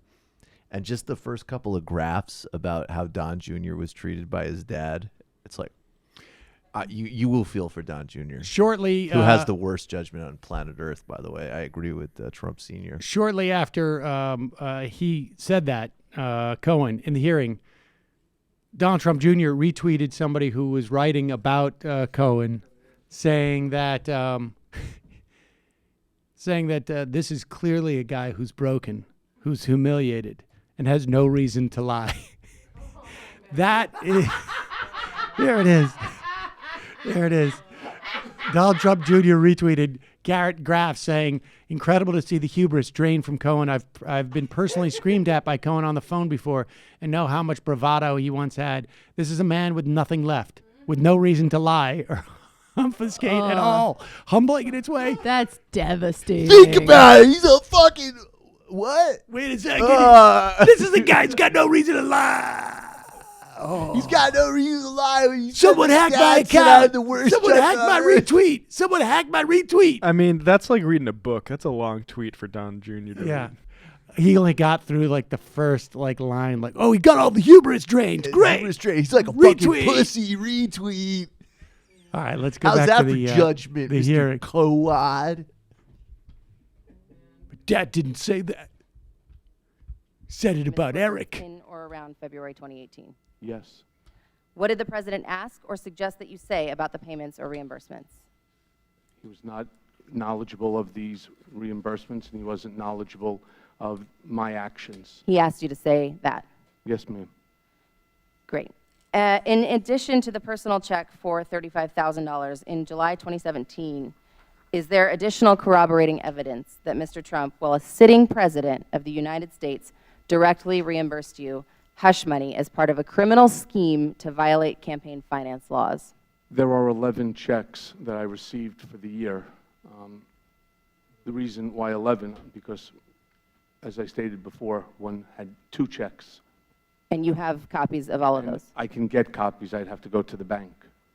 So we will be able to get copies of all 11 checks that Mr. Trump provided to you as part of this criminal scheme? It's either from his personal account, as what was demonstrated in the exhibit, or it would come from the Donald J. Trump account, the trust account. Thank you, Mr. Cohen. I yield back the remainder of my time. Mr. Gibbs. Thank you, Mr. Chairman. I've just been sitting here. I'm new to the committee. I'm not an attorney. Sometimes your answers, you're either competent or are a liar. I think maybe I could be a better attorney. I don't know. I'm looking through this. Yeah, you come in here you should and speak you clearly. rail on the President of the United States, Commander-in-Chief. Muscle, not a comedian. Across the Pacific Ocean, trying to negotiate a deal to make this world safer. Pretty bad snaps, too. Just having this committee at this time. But maybe if you're a comedian, I'd write better A lot of comedy. the country is just, I think, is a new president. Yep. But you could call him a racist, a cheat, and you're attacking his character. And I've been with the president a little bit, and I didn't see that in the president. The see president said if who's blacks very couldn't sincere, swim, he who's was trying to he make was this just country making better an for every observation American. about You were a bone president. structure. You were the president for That's 10 not years. racism, that's science. You're the president 10 years. I was with 10 minutes. I didn't see what you saw. You spent 10 years, I spent 10 hours, so let's go up head to head. Don't come in back terms here of and the racism make thing. allegations towards a man you can't substantiate. Now, looking No, here it's from not the face. remarks from the prosecutor of the Southern District of I'm New York. sorry. I'm going to really roll you here. false statements to Say Bank it to 3, my which face next time. Cohen pleaded guilty, was coming up, far from bracing. an isolated event. It was one of a long series of self-serving lies. I hope told of Cohen numerous just at the financial end of this goes, institutions. Earlier "Excuse me, in your what?" testimony, I think I heard you say only there's a home equity loan, but apparently the prosecutors in New York think that there's other financial things that you did.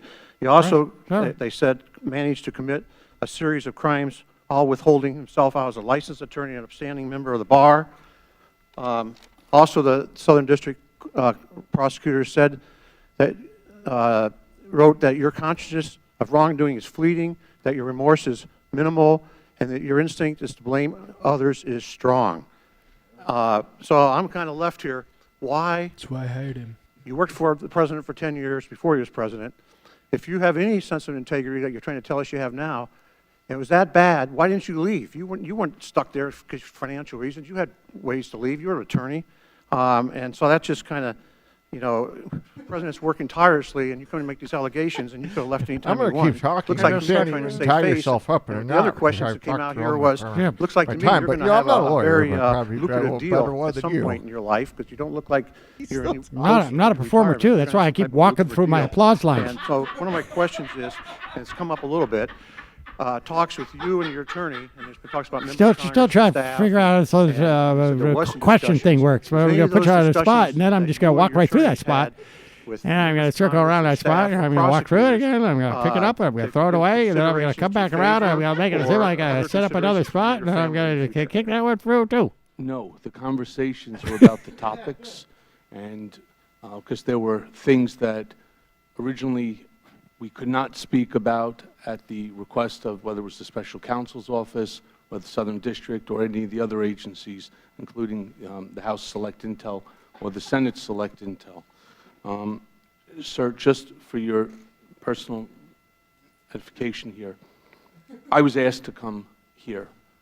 Your chairman sent a letter to Mr. Davis, and I accepted, so I'm here voluntarily. And I understand that. Sir, and if you believe that I'm here... I understand. I think it's a political theater. Sir, if you believe it's not political theater for me, and I take no pleasure geez, I hope he doesn't think it's political theater, because his performance has been poor. You've met him for a short period of time. It's a political I've been with him for over a decade. I've traveled with him internationally. I've spent dinners with him.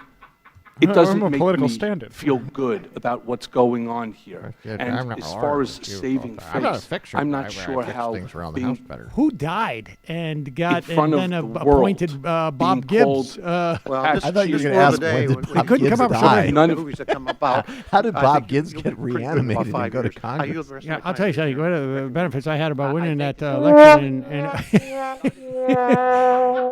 I'll tell you, the way I won my election in Ohio was I ran against a guy with no mouth. I certainly did, sir. And we were on the debate stage, and I'd say, boy, I don't speak too good, but I think I speak a little bit better than you. Jim Jordan's. Wow. 2011 was my idea. I saw a document in the newspaper that said, who'd you vote for in 2012? 6% of the people said Michael Cohen. 6% of the people turned around and said they'd vote for Donald Trump. Reason Donald Trump is president because So I brought it into his office, and I said to him, Mr. Trump, take a look at this. He goes, well, wouldn't that be great? And with that is where it all started. I believe the story. Going into Trump What is always a good He had never thought of anything like that quote until you Trump. came. No, I didn't Let me ask say you one that question. he I didn't got think 8 about it. seconds. I got 8 Say seconds. that. Did you ever cover for child molesters? What did you talk to Mr. Schiff about? I spoke to Mr. Schiff about topics that were going to be raised at the upcoming hearing. Whoa. Not just what time to show up, actually what you're going to talk about? The gentleman's time to expired. Wow. Wow, that's crazy. Mr. Sarbanes. But that also, I guarantee you that segment will be pulled for Hannity tonight. I know the other side is suggesting that you are That's what they did with Blasey Ford, too. incorrigible liar and that you're lying here today. I can't probably. think of anything you have to gain at this point from lying. I mean, they talk the about book Democratic deals and other things that corollary you want to do, terms of but my I lack see a of lot more that charisma. you could lose by telling the truth today, given the threats and other things that have been made against you and your family. So that's how I'm interpreting it. And of course, you brought documents with you as well to bolster the credibility of your testimony. I did want to go back to an earlier line of questioning regarding the preparation of your testimony before you came before the Intelligence Committee. You've talked about a meeting at the White House where the testimony was being reviewed. I think you said that there was at least one White House attorney, Jay Sekulow, who was there, and you acknowledged that there were some edits that were made to your testimony. So on that topic, who at the White House reviewed your testimony? I don't know the answer to that. The document was originally created by myself, along with my attorney at the time, from McDermott, Will and Emery, and there was a joint defense agreement, so the document circulated around. I believe it was also reviewed by Abby Lowell, who represents Ivanka and Jared Kushner. Why did you Jared's provide gonna be a tough couple of days because I'm mad at the Jews. It was pursuant to the joint defense agreement that we were all operating under. Can't trust them. Boys, that What were the edits that came totally back unfair. substantively? The Jews are the RICO of people. I'm sorry, I don't know, sir. I'd have to take a look at the document. Did you have a reaction to why there might not have been, though, that their in whole a sense, a entire protest thing is to like, what was going to be you are false such a testimony that was dishonest going to be person, you could provided? not possibly, couldn't No, even sir, trust because what the you're goal saying was to is stay on we asked you message, the which time. is limit And you were the prime relationship legal, whatsoever with personal Russia. counsel for, advisor Short, to there's Donald no Trump Russian for 10 years, contacts, so, there's yeah. no Russian collusion, Obviously, there's this no poor Russian innocent deals. man just that's has the bad message. horse That's sense the same from people. message that existed well before my need to come and testify. So it's an example of where this idea, this mentality of you toe the line, whatever the storyline or the narrative of the day or the month or the year is going to be, you toe that line whether it results in false testimony or not. I towed the party line, and I'm now suffering, and I'm going to continue to suffer for a while along with my family as a result of it, so yes. Let me switch gears from what? Quickly before my time expires. From one low gear to And you another may not very, have very direct low gear. knowledge of some of these things, but you're offering us some very helpful perspective on how the Trump world operates. And frankly, another Cohen's gonna reason have to I take a find break your after this. testimony fairly compelling, incredible, is because a lot of the things you're describing, most boring Greek a lot of I've the ever behavior you're talked to. describing, is very consistent with what we all see every single day. So it's not a leap for us to arrive in the same place of perspective that you presented. I'm interested in some of the activities around the inaugural committee, the inauguration of the president. There was an article that appeared in ProPublica, it's a watchdog group, about some negotiation on pricing of things at the Trump hotel, where it looks like the rental that was being quoted was substantially, even double what you would expect to pay, according to The what the staff market afterwards are going to just be like, should bear. Congressman, can we have a minute And just to-" so in a You only sense, have the 5 Trump minutes. hotel was upcharging And to so- the inaugural Even I couldn't afford to stay there. committee. Yeah. And so I'm just curious, I do was you have a making a sense lot of of whether that fucking money kind of for a those practice is something Sacha that, Baron Cohen country is bank. consistent or inconsistent? Is it possible that that kind of upcharging could be done Just say, inside was a there Trump anything illegal that operation? happened during the... It did happen. And Gentleman's time is well, expired. what I can say to you is I wasn't part of the inaugural committee. I raised a lot of money for the inauguration, but I was not part of it, and there was a lot of things in that that issue is something that's also, obviously, we've read about in the paper being You know, it'd be really investigated funny at the to current torture. moment. If you got the most- Trump before Mr. Higgins. Congress and you made him just listen to this guy Thank for you, 8 Mr. hours, Chairman. because Mr. he's so Cohen, fidgety and has no It's on attention my heart span. to tell you, I gotta sir, that go. and I can't keep I'm listening sorry to for what your Sarbanes. family's going through. I feel for your family. The word tells us clearly that a man's mouth is his destruction and his lips are the snare of his soul. And I see you, a man trapped in that. However, I must tell you that I've arrested several thousand men, and you remind me of many of them. The ones that immediately become humble and remorseful at the time they're actually booked, and while they're incarcerated, they're quite penitent, and then return to their former selves. Is this guy like when they're back on the street for a remake of Green so Mile or something? Respectful to your family and what they're going through, I owe you the honesty to tell you that that's my sense of you, good sir.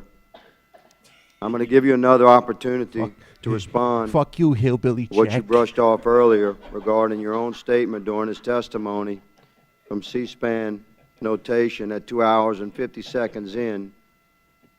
You stated regarding your credibility that you're being accused of having no credibility, that it is exactly for that reason I spent the last week searching boxes to find the information that I did so that you don't have to take my word for it.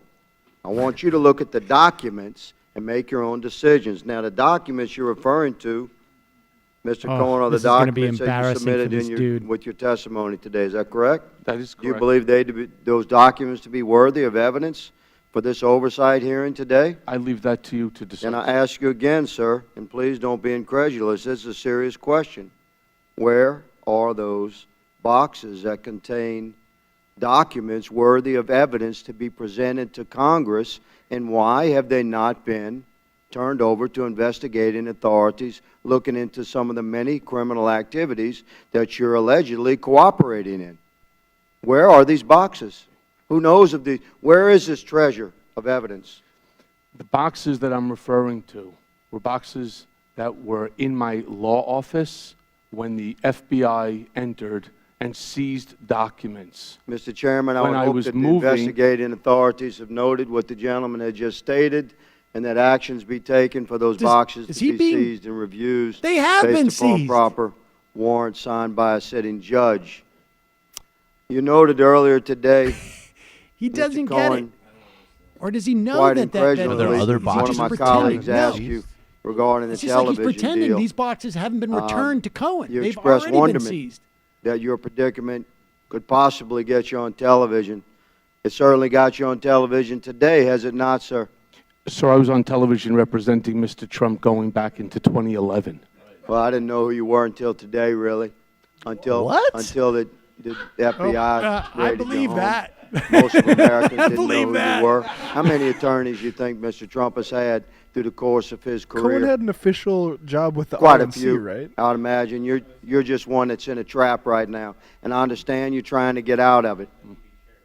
You're in a bind. Yeah, financial deputy But I ask chair. you, good sir, have you discussed film and book deals with your stated current attorney, Mr. Davis, Lanny Davis? With Mr. Davis? Yes. No. But I have been approached by many people who are looking to do book deals, movie deals, and so on. So the answer you're to right that as is an yes. American, but it leads me back to my instinct that compares you to many of the men that I've arrested during the course of my career. Mr. Chairman, with all due I'm respect, saddened sir. that our primary hearing to introduce the Oversight Committee, the 116th Congress of the American people, has manifested in the way that it obviously is. This is an attempt Is this the best to we injure can our do, president guys? and lay some sort of soft go to the pile. cornerstone for Pick it future up. impeachment proceeding.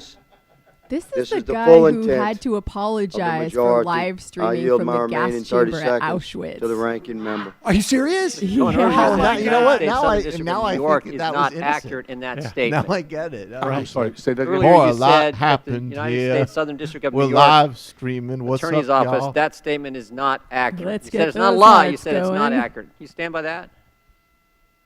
Yes, I did not want a role in the new administration. So the court's wrong? Sir, can I Sure. finish, please? I got exactly the role that I wanted. There is no shame in being personal attorney to the president. I got exactly what I wanted. I asked Mr. Trump for that job, and he gave it to me. All I'm asking, if I could, and I appreciate it, Mr. Chairman, you're saying that statement from the Southern District of New York attorneys is wrong. I'm saying I didn't write it, and it's not accurate. All right. Thank you. Mr. Welch. Thank you.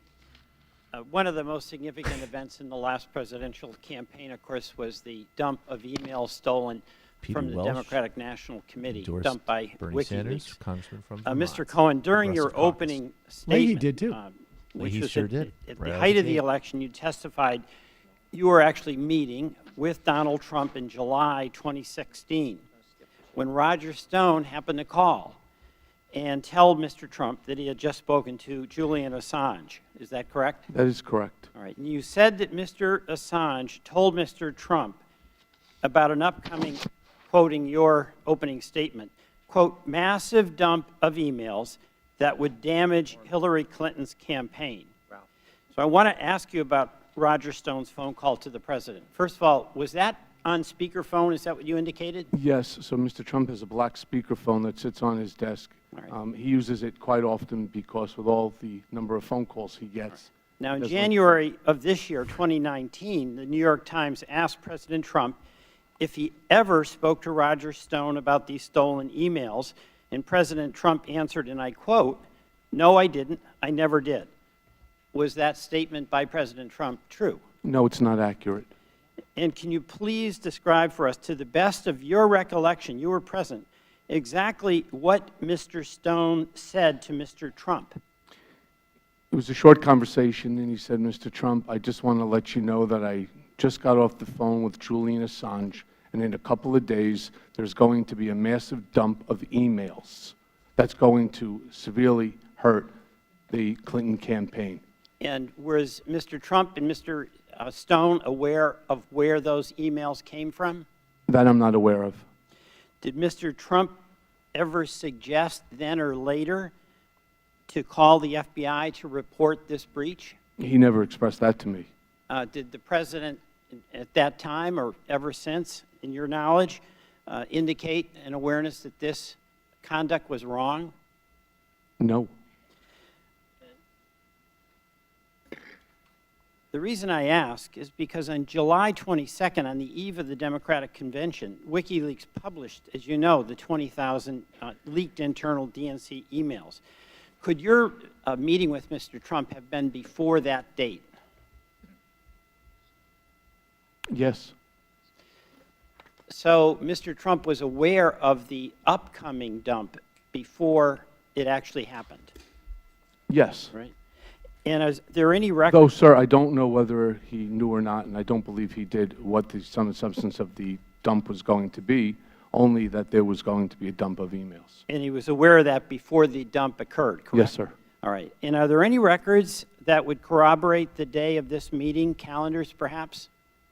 I'm not in possession, but I believe, again, this is part of the special counsel, and they probably best They're gonna go for lunch suited soon. to corroborate that information. Was anyone else present in the room during the call? I don't recall for this one, no, sir. Is there anyone else the committee should talk to about the president's knowledge of the WikiLeaks email dump? Well, again, when he called, Ronograph yelled out to Mr. Trump, Rogers on line 1, which was regular practice. And that's his assistant? That's his, yes. All right. And during a news conference on July 27th, 2016, then candidate Trump publicly appealed to Russia to hack Hillary Clinton's emails and make them public. He stated, and I quote, "Russia, if you're listening, I hope you're able to find the 30,000 emails that are missing."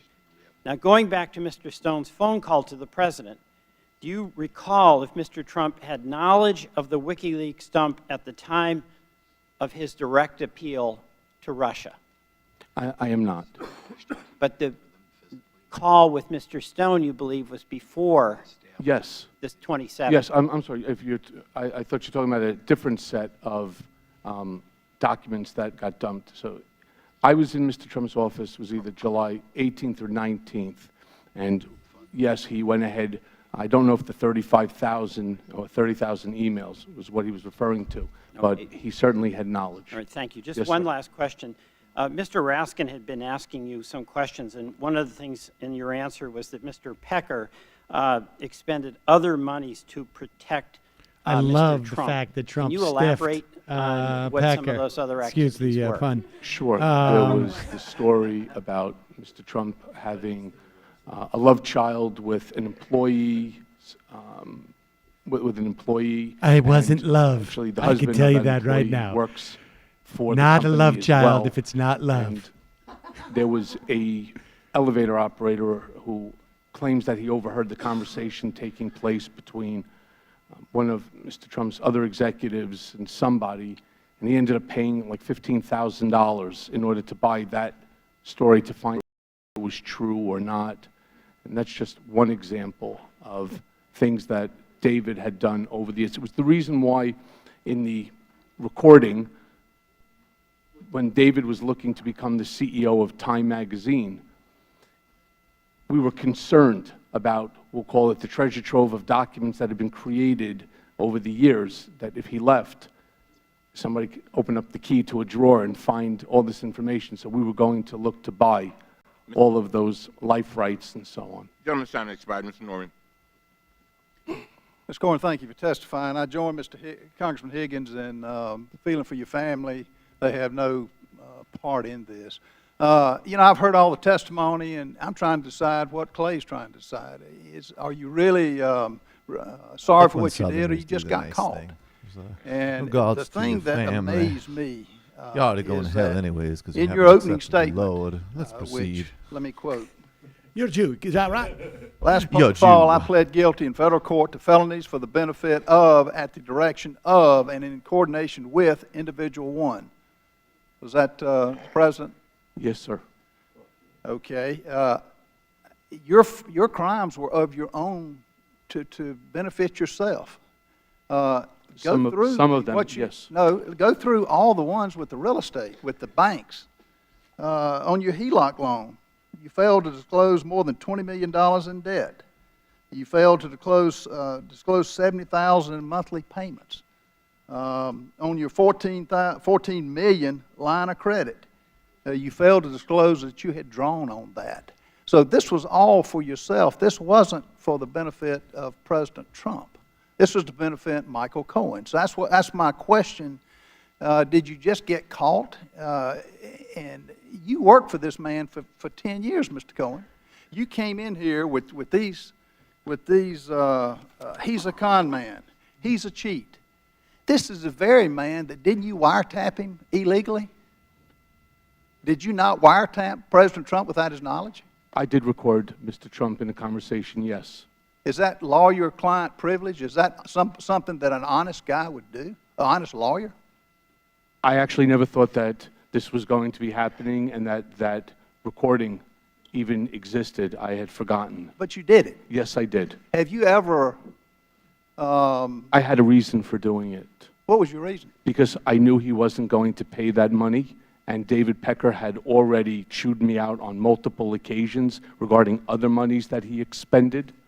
But this is a man that you trusted, you take a bullet for, you secretly recorded. Let me ask you this, Mr. Cohen. Have you legally or illegally recorded other clients? I have recordings of people, yes. Legally or illegally? I believe that they're legal. Did you tell them? There is third-party... In New York State, you don't have to do that. That's right, in New York State. No, I did not. Okay. Sometimes I also use the recordings for contemporaneous note-taking instead of writing it down. I find it easier. If the shoe were reversed, would you like your trusted lawyer recording you? I probably would not, no. No, sir. It's untrustworthy. I just get abused by people because I'm so Now, your bank loans that I just ran down, did you ever default on any of these loans? No, sir. So the bank didn't take any loss? No bank has. I am not in default. I've never filed a bankruptcy. The HELOC you're referring to, I replaced that from a different HELOC, paid it off. I owe no banks any money. How about your medallion taxi cab? Did you have to sell that? Well, the ones in Chicago, yes, I do have to sell. However, New York, the answer is no, I don't. And the industry is going through a major, major correction because of ride sharing. It's changed a lot of things. The value I want of to it Yes, find the name of sir. this company Right. so I can Has support the, so no bank, Support would some the good banks make you a goddamn loan local again based on businesses your in the record? dying Actually, they people. did. They did. Post the, yes, the bank actually redid, and they refinanced the entire package. Currently? Post this, Starting a yes. ride-share Okay, have business they with never had to do a Rocco loan DeMay, loss him and reserve Chia for the Priel. projected losses? I don't know what they did, but it's still the same amount. Well, I didn't that's- get the benefit of it, no, sir. Most likely they did. I was on an audit committee. They may have done that, sir, but that's for their own banking, and not for No, me. it's by law. My They note. have to, if they suspect you of lying, which you admitted to, if they suspect you of maybe not being able to make a loan payment, they have to have a loan loss reserve that's 125% of what you, if it's 20 million, they have to post in their account 20 million plus. So they get no interest on it. And you know who pays for that? The American public who deals with that bank. Yes, but, sir, I'm not in default, and I'm current on each and every one of those medallion loans. And I've never owed any money to First Republic Bank. In fact, at the time that I had the HELOC, I had more cash sitting in that same bank than, Last question. than the HELOC Going and up my on that mortgage time. combined. Have you ever been to Prague? I've never been to Prague. Never have. I've never been to the Czech Republic. Balance my time. No P-tape. Democrats must have known the answer to that. fair. That's Yeah. why they haven't. Yeah. They haven't asked it. No Thank you, Mr. P-tape. Chairman, and thank you, Mr. Cohen. On page 5 of your statement, you say, and I quote, "You need to know that Mr. Trump's personal lawyers reviewed and edited my statement to Congress about the timing of the Moscow Tower negotiations." Who were those attorneys? Jay Sekulow from the White House? Yes. Jay Sekulow, I believe Abby Lowell as well. And you have a copy of your original statement that you can provide to the committee? I can try to get that for you. All right, if you would do that. Are they in The boxes? letter of intent Where are the for the boxes? Moscow Tower was in the fall of 2015, correct? Correct. Was there an expiration date on that letter of intent? There was no expiration So it date. could technically still be in effect today. Oh, no, it's been terminated. It has been terminated? Yes, ma'am. Okay. Did Mr. Trump tell you to offer Vladimir Putin a free penthouse? No, ma'am. So where that does was that come that was from? Felix Seder. It was a marketing stunt that he spoke about. So Felix is Seder had first and foremost. suggested to you that Mr. Trump offer a penthouse to Mr. Putin? Yes, because it would certainly drive up the price per square foot. No different than in any condo where they start listing celebrities that live in the property. In 2016, did you travel to Europe? Yes, Did you meet with persons associated with the Moscow Tower project? no. It was for personal? Or Personal. My daughter was studying at Queen Mary in London. So you did not meet with any Russians? No. There is an elevator tape that has been referenced as a catch and kill product. It was evidently of Mr. Trump and a woman, presumably Mrs. Trump, is that correct? Are we talking about in Moscow or the Trump Tower elevator tape? There's an elevator tape that went up for auction ostensibly in 2016, is that Yes, correct? I've heard about this. And who was on that tape? It's Mr. Trump with Melania. And what happened in that It'd be tape? cool if you had an The affair with story Melania. goes that he Just putting it out. struck Melania while in that elevator because there's a camera inside, which I'm not so sure. Actually, I'm certain it's not true. I've heard about that tape for years. I've known 4 or 5 different people, including folks from AMI, who have So, but there was some claimed- tape that went up for auction, correct? I don't believe that auction was real, and I don't believe I don't believe Mr. Trump ever struck Mrs. Trump, ever. I don't believe it. And are you aware of anyone purchasing that tape then? I don't believe it was ever So you never purchased. saw this tape? No, ma'am, and I know several people who went to go try to purchase it for catch and kill purpose. It doesn't exist. All right. Mr. Trump would never, in my opinion, that's not Good to something know, that he good has to done. know. Is there a love child? There is not, to the best of my So knowledge. you would pay off someone Not love. to Not love. It not wasn't me, ma'am. report? It was AMI. It was David Pecker. So he paid off someone about a love child that doesn't exist? Correct. It was about $15,000. Okay. How many times shut did Mr. Trump ask you to threaten an individual or entity on his behalf? Quite a few times. 50 times? More. 100 times? More. 200 times? More. 500 times? Probably. Over the 10 years. Over the 10 years, he asked you. That's And when only you say about. threaten, I'm talking with litigation. It's only or, about. You average it out. You average it argument out, which I with, won't. 50 Don't look at my years. SAT scores. A nasty 2 a reporter month. It's like one a that week. Well, has- 4 a is month. writing an article. 4 a month. It's once a week. It's nothing. What do you know about, let's go to your tapes. You Every said there's probably Tuesday. 100 tapes, Just do it Voice every Tuesday. recordings. voice recordings. And will you make them available to the committee? If you would really like them. Please. Did Mr. Remix Trump it. tape Don't you conversations? have to gavel that, sir? We would. Sorry. Mr. Trump, did Mr. Trump tape any conversations? Not that I'm aware of, no. Were you involved in the $25 million settlement to Trump University? I had a role in that, yes. Who paid the settlement? I believe it was Mr. Trump. I don't know the answer to that. You don't know the answer, but you were involved in the Yes, in a negotiations? different aspect. There's some reference to a businessman in Restricting Kansas being involved in that. Are you familiar with that? I'm not familiar with that, no. All right. Finally, in my 13 seconds left, what do you want your children to know? That I'm sorry for everything, and I'm sorry for the pain that I've caused them. And I wish I can go back in time. Thank you. I yield back. Young lady's time is Clooney expired. should definitely Jew it up To and the, play him. to the members of the committee, before we go to Ms. Miller, so that you can properly plan. There's a vote apparently coming up in about 10 to 20 minutes. And what we will do is we will recess, and we will come back, listen up, 30 minutes after the last vote begins. Got that? Not it ends. 30 minutes after it begins, and we'll do that promptly. All right? All right, Ms. Miller.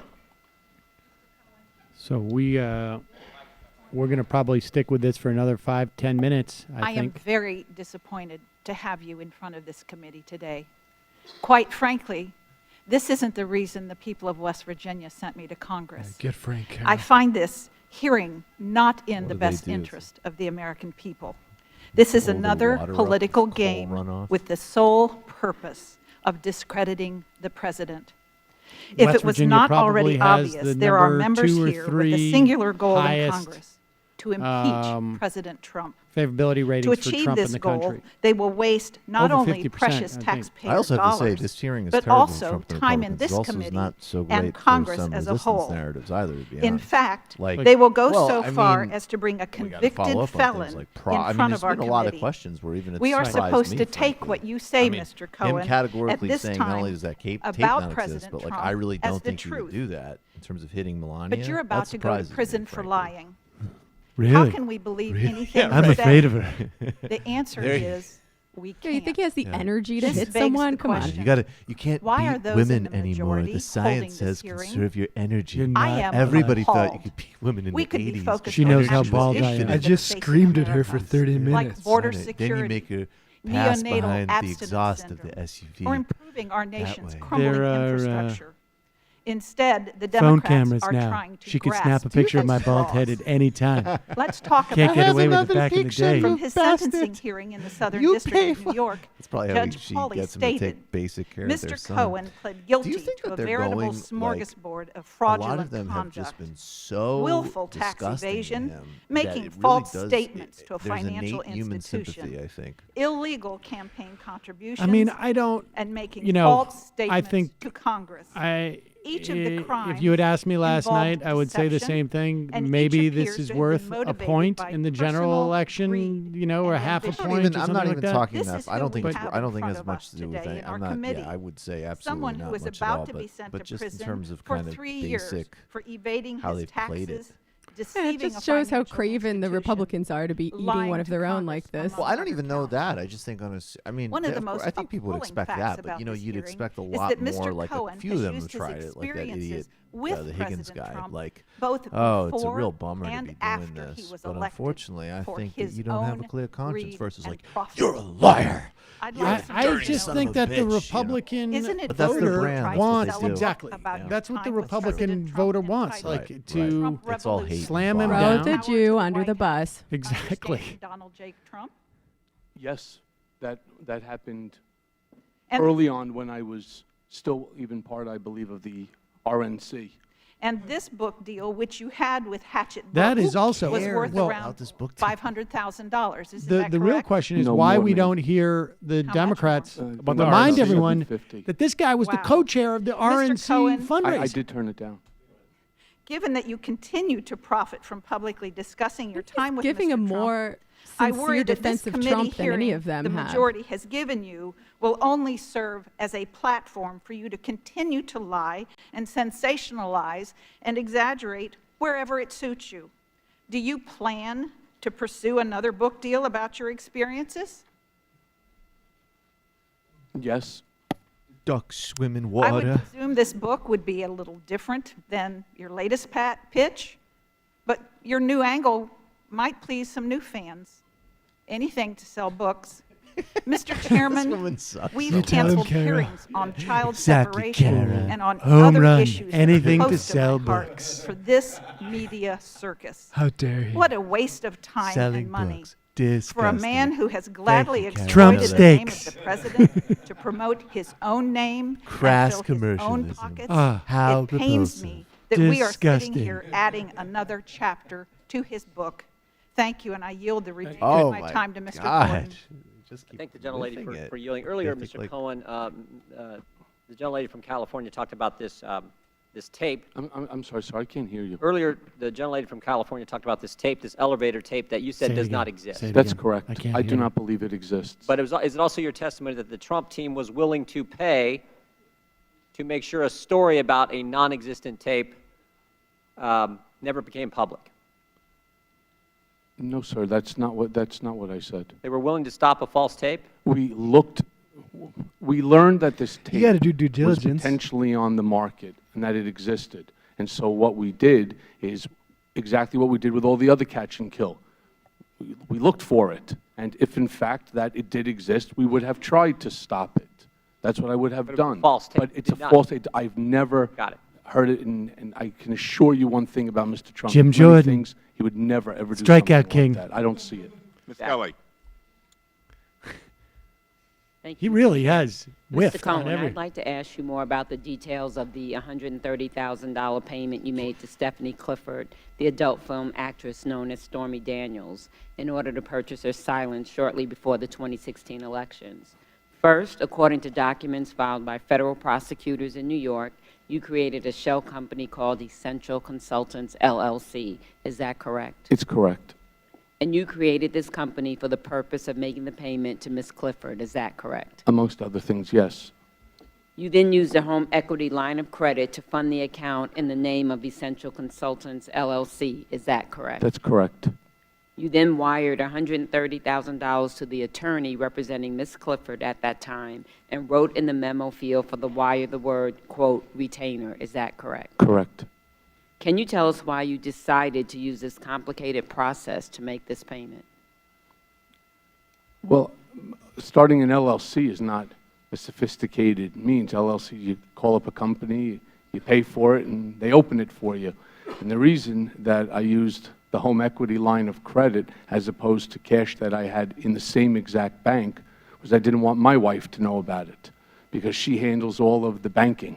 And I didn't want her coming to me and asking me what was the $130,000 for. And Boom. I was going to be Good able point, to Oscar. move money from one That's why account you to the never, other ever, and to ever, ever pay it off let the because I didn't want to have wife to see the explain bank- to her bank account. what that payment was about. I sent it to the IOLA account, the interest on a lawyer's account, to Keith Davidson in California, Ms. Daniels' attorney. He would hold it in escrow until such time as I received the executed NDA, non-disclosure agreement. Did Mr. Trump know you were going through this process to hide the payment? Yes. Why not just use Mr. Trump's personal or company bank account to make the payment Why was the distraction so important besides you not wanting your wife to know? What his concern was that there would be a check that has his very distinct signature onto it. And even after she cashed the check, all you need to do is make a photocopy of it, and it's kind of proof positive on exactly what took place. I don't want my So here the goal was to keep him far away from it as possible. Can anyone corroborate what you have shared with us? Absolutely. And that is? Keith Davidson, Alan Weisselberg, President Trump. Okay, so just two people Now let's besides talk me. about the reimbursement. According to federal prosecutors, and I quote, after the election, Cohen sought reimbursement for election-related expenses, including the $130,000 payment. Prosecutors stated that you, and I quote, presented an executive of the company with a copy of a bank statement reflecting the $130,000 wire transfer. Is that accurate? That is accurate. Do you still have a copy of that bank statement? Yes, it's actually made part of the exhibit. Okay, so you will provide it to the committee? Yes, ma'am.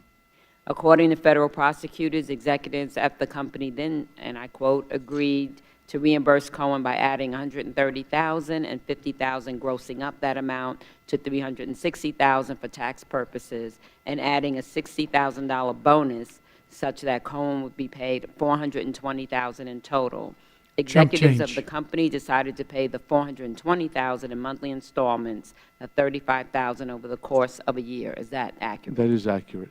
What was the purpose of grossing up the amounts, essentially doubling what you had paid to Ms. Clifford and others? Because if you pay $130,000 and you live in New York where you have a 50% tax bracket, in order to get you $130 back, you have to have $260. Otherwise, if he gave me back $130, then I'd be out $65,000. What was the purpose of spreading the reimbursements to you over the 12 monthly installments? That was in order to hide what the payment was. I obviously wanted the money in one shot. I would have preferred it that way. But in order to be able to put it onto the books, Alan Weisselberg made the decision that it should be paid over the 12 months so that it would look like a retainer. And did Mr. Trump know about this reimbursement method? Oh, he knew about everything, yes. Thank you, Mr. Cohen. So the president not only knew about the payments, he knew and helped to hide the payments and the reimbursements to you. Yeah, we discussed it. Everything had to go through Mr. Trump, and it had to be approved by Mr. Trump. And now you're going to prison, and he's... And I am going to prison, yes, ma'am.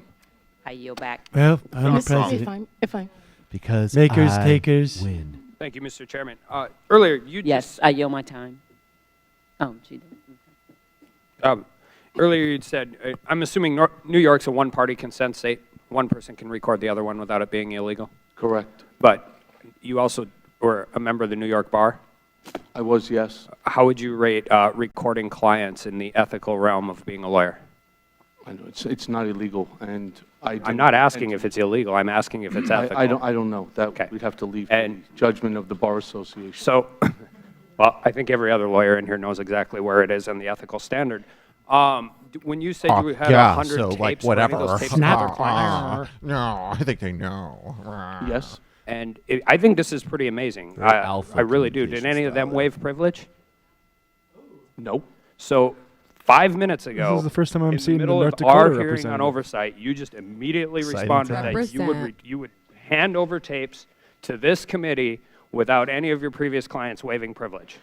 I'm not the only one in possession of those documents. Those documents are in the hands of all of the Whoever else is agencies in charge already. of those documents is not my concern. You're My not clever concern me, is Joe. I know lawyers that would go to jail before they would violate attorney-client privilege. He's in no a matter longer a of lawyer. Second. Disbarred. Absolutely, I will turn those over. Just trying to cooperate, sir. At the expense of clients who have never waived privilege.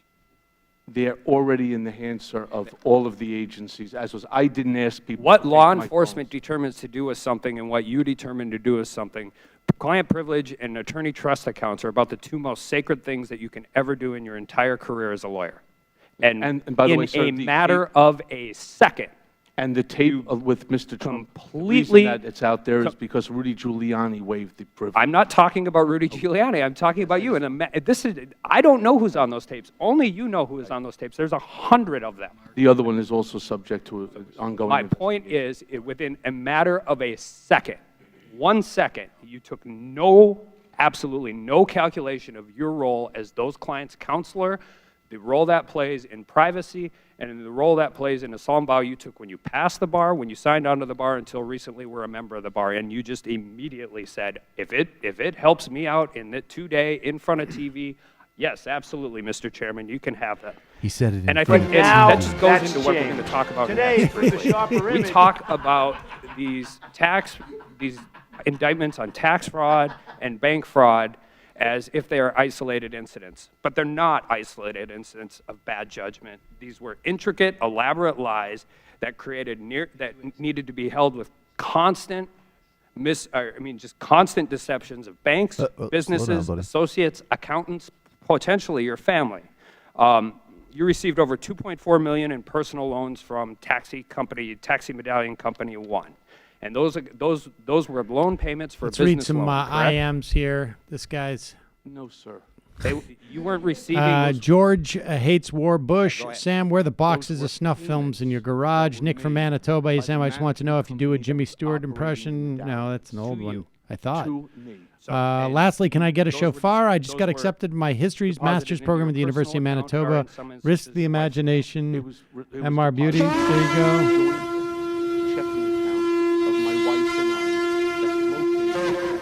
Right about now, what's up with Congressman Massey's hair? Snoozin', Sarandon. Why hasn't he started yelling about how much he likes beer yet?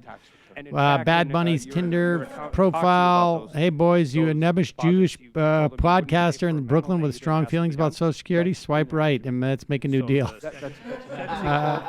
Farut Milky Way.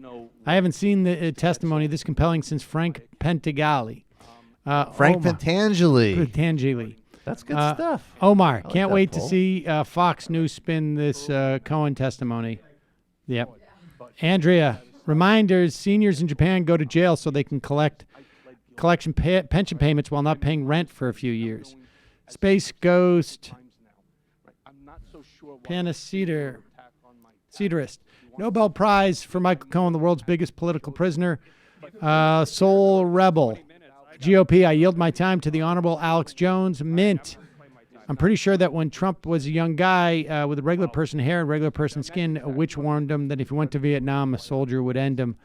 Bag Doc. That's my point with the credibility. These are not isolated incidents of attack. These were constant deceptions, whether it's rolling over a $20 million line of credit to a $14 million credit. You went through great lengths to conceal that from one bank, while at the same time, you are reducing your net income to another bank. These aren't things that happened on January 1 of 18, January 1 of 17, January 1 of 15. These are things that were constantly involved on my question is, was it exhausting keeping track of all the lies that you were telling all these people? He just literally skipped him. So he's like, forget it. I want to get to the punchline. I just thank you for continuing Sorry, Kelly. the narrative. Thank you, Mr. Chairman. Mr. Cohen, good luck on your road to redemption. Thank you. It's going to be a long way. The opposite of that is perdition, as I remember. I'm a classy and, motherfucker. that's particularly hard on your children. So I wish you well, and I wish your family well. Don't Mr. pretend Cohen, like as you believe sort of Jews go to described heaven. your road Right, to exactly. here, Come Mr. Cooper on. asked you when the moment was, or This is moments when you Democrat. decided you needed to change. It strikes totally me there is a go to transition heaven. that you have believes all illuminated Jews go here. to heaven. Your period of time, the 10 years working for somebody who you admired as a developer, and then when Charlottesville happened, and quite frankly, when the special counsel called you in, obviously was a key part of it, or you wouldn't be here.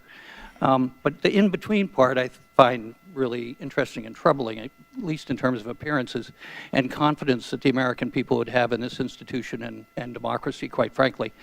So during that period of time, I want to ask you about two specific, if we have enough time. First, the Trump Tower. So you were negotiating for this. As you said, it was to be the tallest building in Europe. In your guilty plea with the special counsel, you quote, it quotes, Cohen asked individual one, is that President Trump? Yes. Okay. About the possibility of President Trump traveling to Russia in connection with the Moscow project, and asked a senior campaign official about potential business travel to Russia. When did this conversation happen? Do you recall?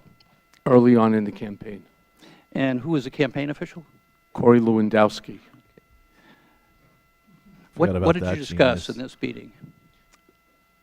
Possibility of which dates that Mr. Trump would have availability if, in fact, that we were going to go over to Russia to take a look at the project. I'm sorry, sir? So go ahead. Unfortunately, it never came to fruition because we were never successful in getting the first prong of what I needed, which was ownership or control over a piece of property. And until such time, there was no reason to come up with a date. But when I first received the information request to go to Russia, what I decided to do is I spoke to Mr. Trump about it. He told me to speak to Corey and see what dates might be available if I got the information I needed. So it stopped because of appearances, or did it stop because the parties decided not to pursue it? I'm so sorry, I don't understand your question. So why did the pursuit of the Trump Tower that Mr. Trump has now said, of course he pursued it because he thought he might be going back into the development business, why was the reason that the deal stopped? Because he won the presidency. Okay. So in that interim period of time, you must admit it looks troubling. I can walk now and that we chew know gum what at the same foreign time. influence was attempting to do, whether there was collusion or not, it certainly appears troubling that Mr. Trump was part of this negotiation, and at the same time what we know, perhaps separately, that the Russians were engaged in our election. Well, I don't know about them being engaged in the election. I can only talk for myself. Here I would say to Mr. Trump, in response to his question, what's going on with Russia, is I'm still waiting for documents. And then that night at a rally, he would turn around and do his battle cry of no Russia, no collusion, no involvement, witch hunt. Okay, on a separate subject, but somewhat related, on January 17 of this year, the Wall Street Journal published a story stating that you hired John Gager, the owner of a consulting company who works for Liberty University in Virginia, to rig at least 2 online polls related to Donald Trump. Did you hire him? Sexy man of that. Those were back, in, I believe, 2015? 2014. 2014. 2014. So you did hire him? Yes, I spoke with Mr. Gauger about manipulating these online polls. And did he use bots to manipulate the poll? He used algorithms, and if that includes bots, then the answer is yes. Yes, that's accurate. Did the president have any involvement? Yes. In directing you to do this? Yes. What were the results of the poll? Bots. Exactly where we wanted them to be. In the Nailed it. CNBC poll, we came in at number 9, and the Drudge Report, he was top of the Drudge Report as well. Okay. Poll. And please understand also, the CNBC poll was called The Contenders, and it was top 250 that people that they Drudge named, Report and poll it was those were supposed the to days.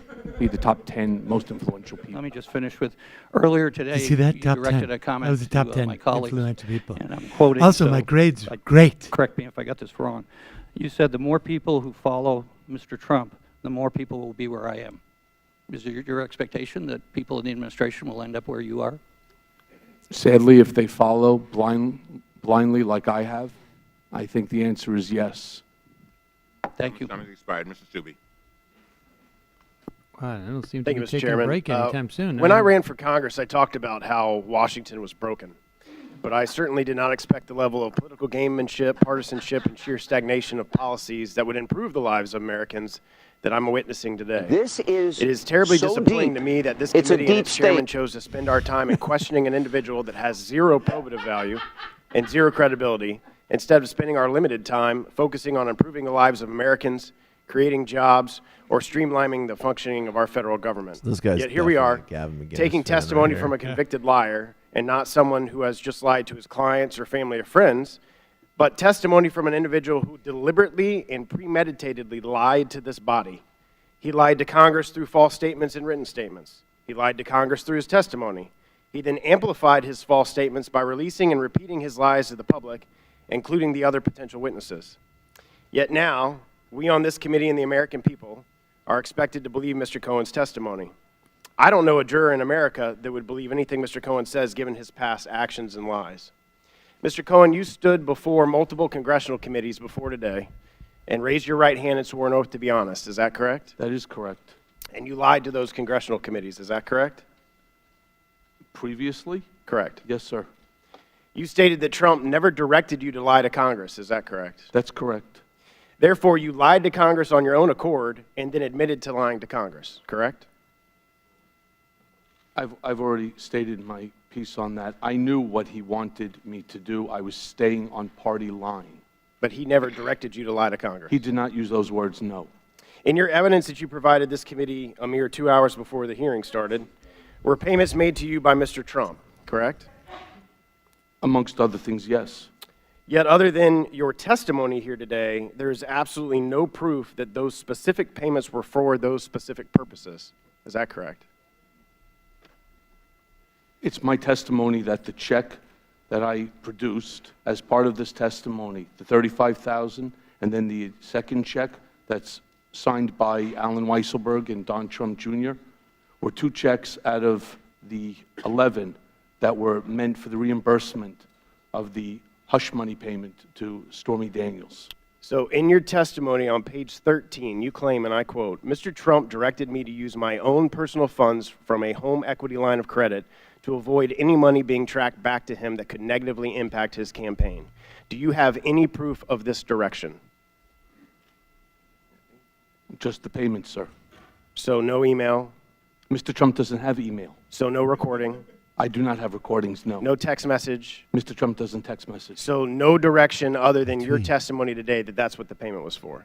And the fact that I paid on his behalf, at his direction, the money to Keith Davidson's IOLA account. You're right, there's no other documentation I have. So nothing that you produced as part of your exhibits proved that President Trump directed you in any way to make that payment? I don't even know how to answer that, sir. Well, it's pretty simple. There's nothing in the evidence that shows, or the exhibits that you provided today, that show that Trump directed you to make those payments. Other than the non-disclosure agreement that has been seized by government authorities and is widely shown, I don't believe there's anybody out there that believes that I just decided to pay $130,000 on his behalf. Well, you were his attorney for over 10 years. That doesn't mean that I pay $130,000. Well, it doesn't also mean that he wasn't paying you for representation of counsel. Okay. Can make our own. How did President Trump even know you had job. a HELOC? I love this Greg Stubbe guy. Where is he? How did President Trump even know you had a HELOC?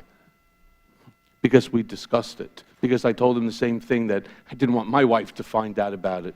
And as one additional, Rudy Giuliani himself came out and expressed that Mr. Trump reimbursed me for the money that was spent Rudy to pay was drunk. Stormy Daniels. Knew it. And did you tell Chris Como that you had no access to Mr. Trump during October and November of 2016?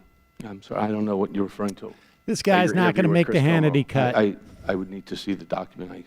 Did you also tell Chris Como that you made these payments without telling Mr. Trump because you wanted to protect Mr. Trump? And I was protecting Mr. Trump. Annoyed or uncomfortable. And you told him that you made these payments without telling him? For him. I'm getting annoyed and if that's what I said to too. Chris Cuomo, yes. Trust me, it's that 218. was my line. And if this unsupported claim was true, then it would be part of an ongoing investigation as evidence of a crime, and the Department of Justice would not let you discuss it during your testimony here today. Is that correct? I don't know. Someone's time has expired. Did you answer? Yes, I did want to say one last thing. Not only did I lie to the American people, I lied to the First Lady. When the President called me and I was sitting in a car with a friend of mine, and he had me speak to her and explain to the First Lady. Get Mike on speakerphone. So the answer is you're not accurate, and I don't feel good about any of this. And this was not my intention. She was the most wonderful woman in the world. Thank you, Mr. Never want to lie to your First Lady. I just want to put on the record, as being a black American and having endured the public comments of racism from the sitting president, as being a black person, I can only imagine what's being said in private. And to prop up one member of our entire race of black people and say that that nullifies that is totally insulting.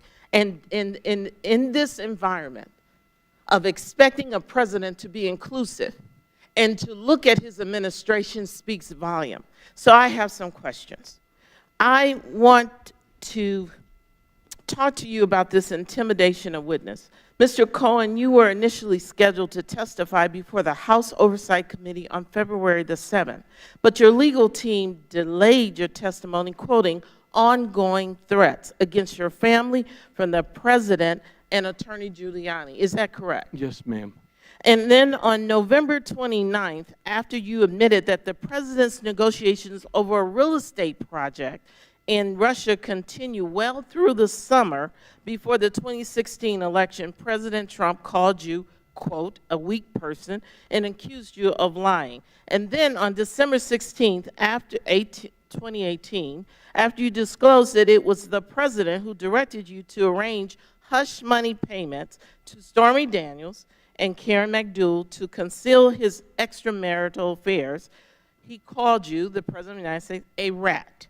Mr. Cohen, why do you feel or believe that the President is repeatedly attacking you?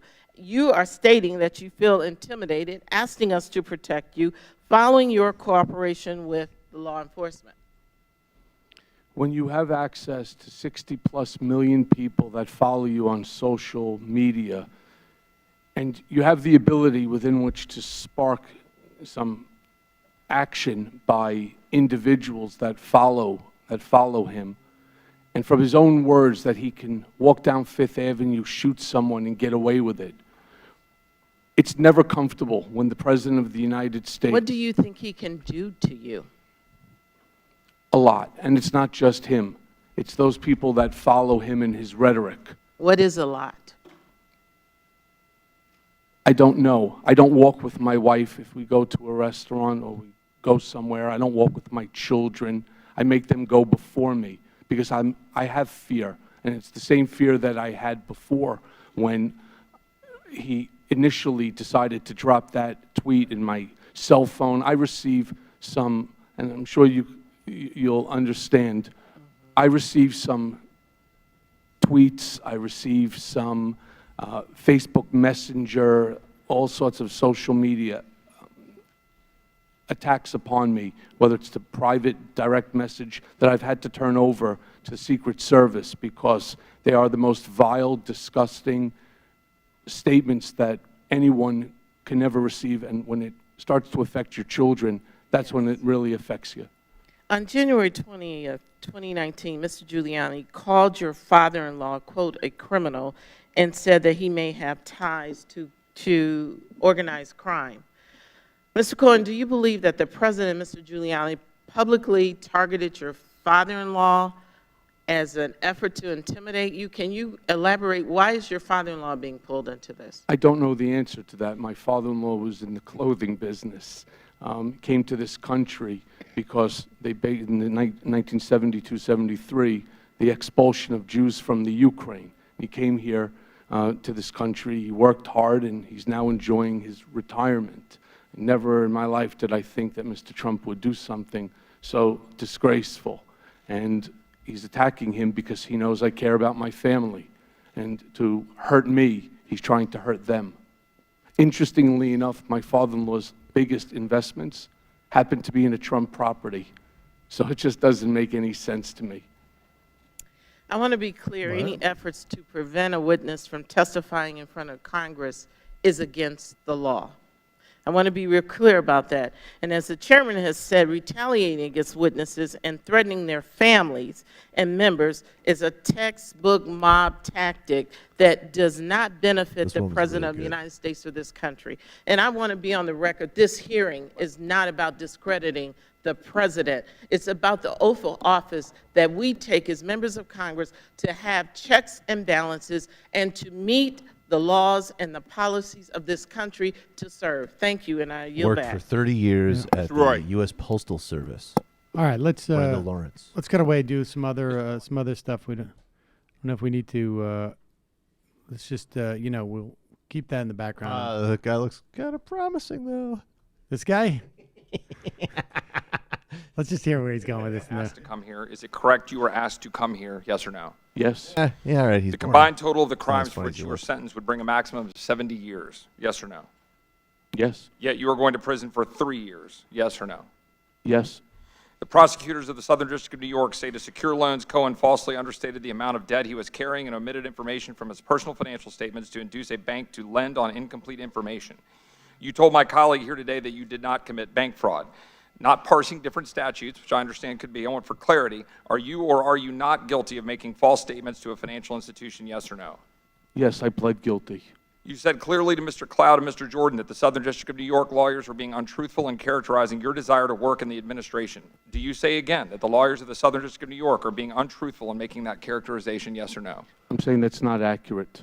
Okay, so you're saying they're being untruthful. I'm not using the word untruthful. That's yours. I'm saying that that's not accurate. I did not want a role or a title in the administration. I'm sure the lawyers... I got the title that I wanted. I'm sure the lawyers of the SDNY appreciate that distinction. Question, you testified today you have never been to Prague and have never been to the Czech Republic. Do you stand behind that statement? Yes, I do. I offer into the record an article in known conservative news magazine Mother Jones by David Korn, in which he says he reviewed his notes from a phone call with Mr. Cohen, that Mr. Cohen said, quote, I haven't been to Prague in 14 years. I was in Prague for one afternoon 14 years ago, end quote. Question, you, as my friend Mr. Armstrong rightly inquired, offered to the committee taped information involving clients with the bat of an eye. Do you stand behind that, yes or no? I'm sorry. I don't understand what you said so fast. You, as my friend Mr. Armstrong rightly inquired, offered to this committee taped information involving your clients with the bat of an eye. Do you stand behind that offer? If the chairman asks me, and I'll take it under advisement now, and it's not a problem in terms of attorney-client privilege, yes, I will turn it over. You, as my friend Mr. Meadows pointed out, misled this committee even today in a written submission that contradicted your testimony. You have suggested you are going to review that. Are you going to review it in our next break to correct the record, yes or no? Yes. Question, you helped out the president's campaign or were involved in the campaign as a representative, as a spokesman, even in your words today. He's asking a lot of very pointed questions that are going to add up to nothing. Let's get away from it for a little bit. There's a couple of, I want to get back and just keep an eye on that, because if Presley or AOC or is Tlaib on this committee as well? I thought I saw her. I want to get back there. But since we're talking about hearings, this was pretty impressive from yesterday. Katie Porter, I think this was yesterday. Katie Porter at on the House Financial Services Committee. You'll recall Katie Porter from California. She was, I think, the first Democrat to represent this this district in ages in California.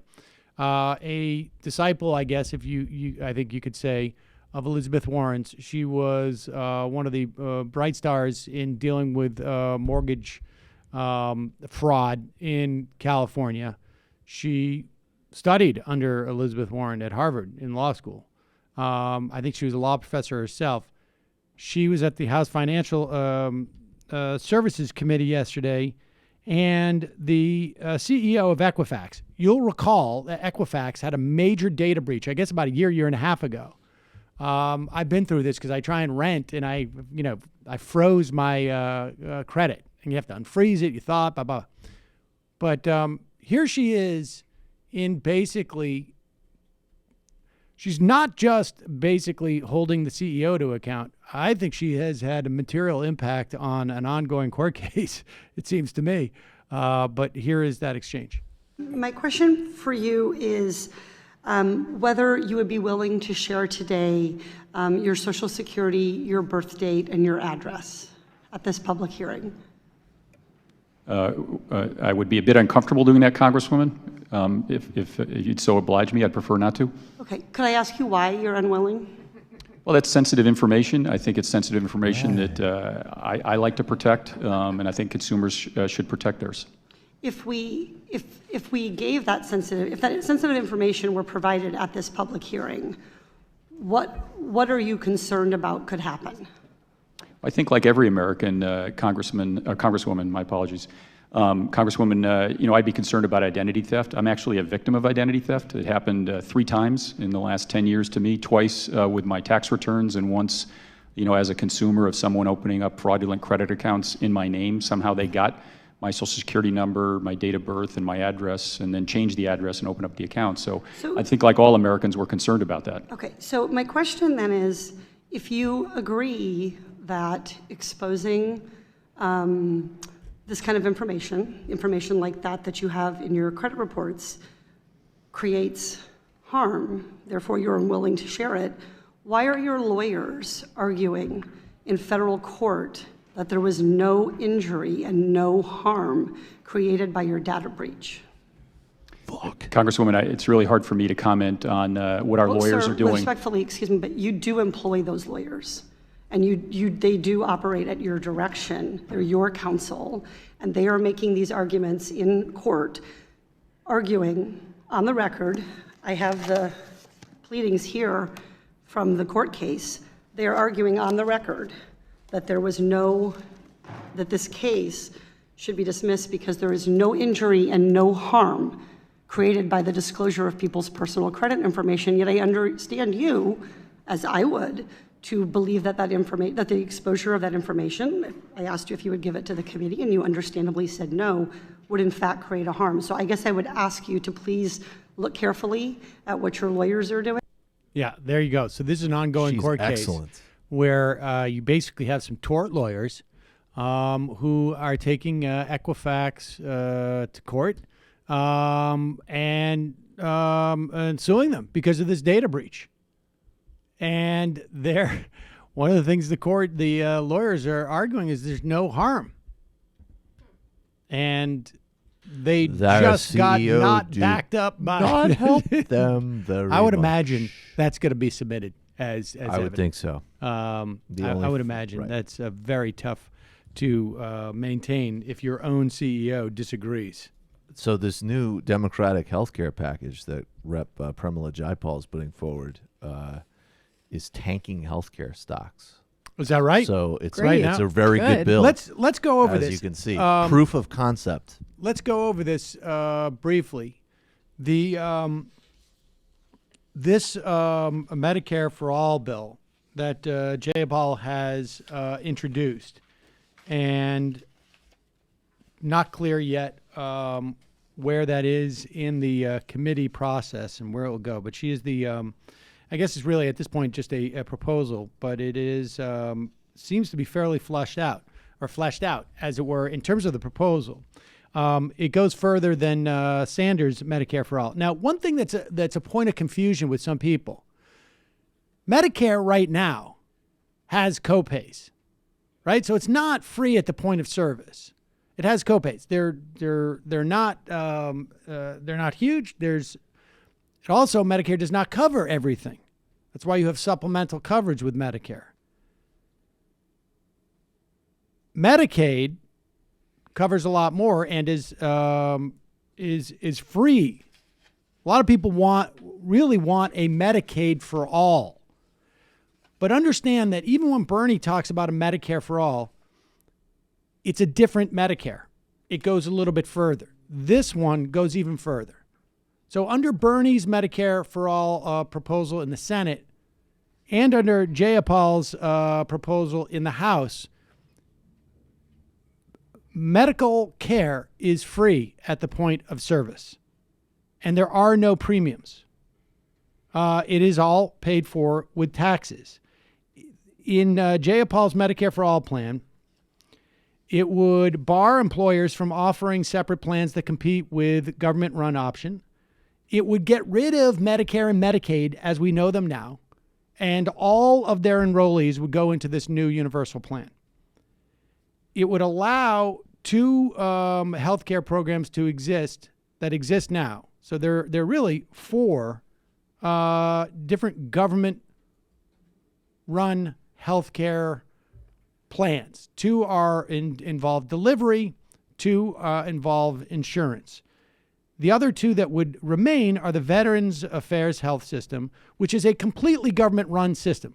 Not just insurance, not just for pay-fors, but to actually deliver the health insurance. And people should know that the hearing has broken up for the time being. Veterans Affairs would stay open, and this makes a lot of sense because the VA deals with all sorts of medical problems that are very unique, and the system works pretty well in terms of customer satisfaction. Also, the Indian Health Services, which are basically cut off from the rest because of delivery reasons, when you're talking about on reservations or you're talking about in just in general areas. It's just a different system. This would phase in 2 years quicker than Bernie's. Year one, people under 19 and over 55 would go into the universal plans. After 2 years, everybody else would jump in. It is also extremely generous and has a robust set of benefits.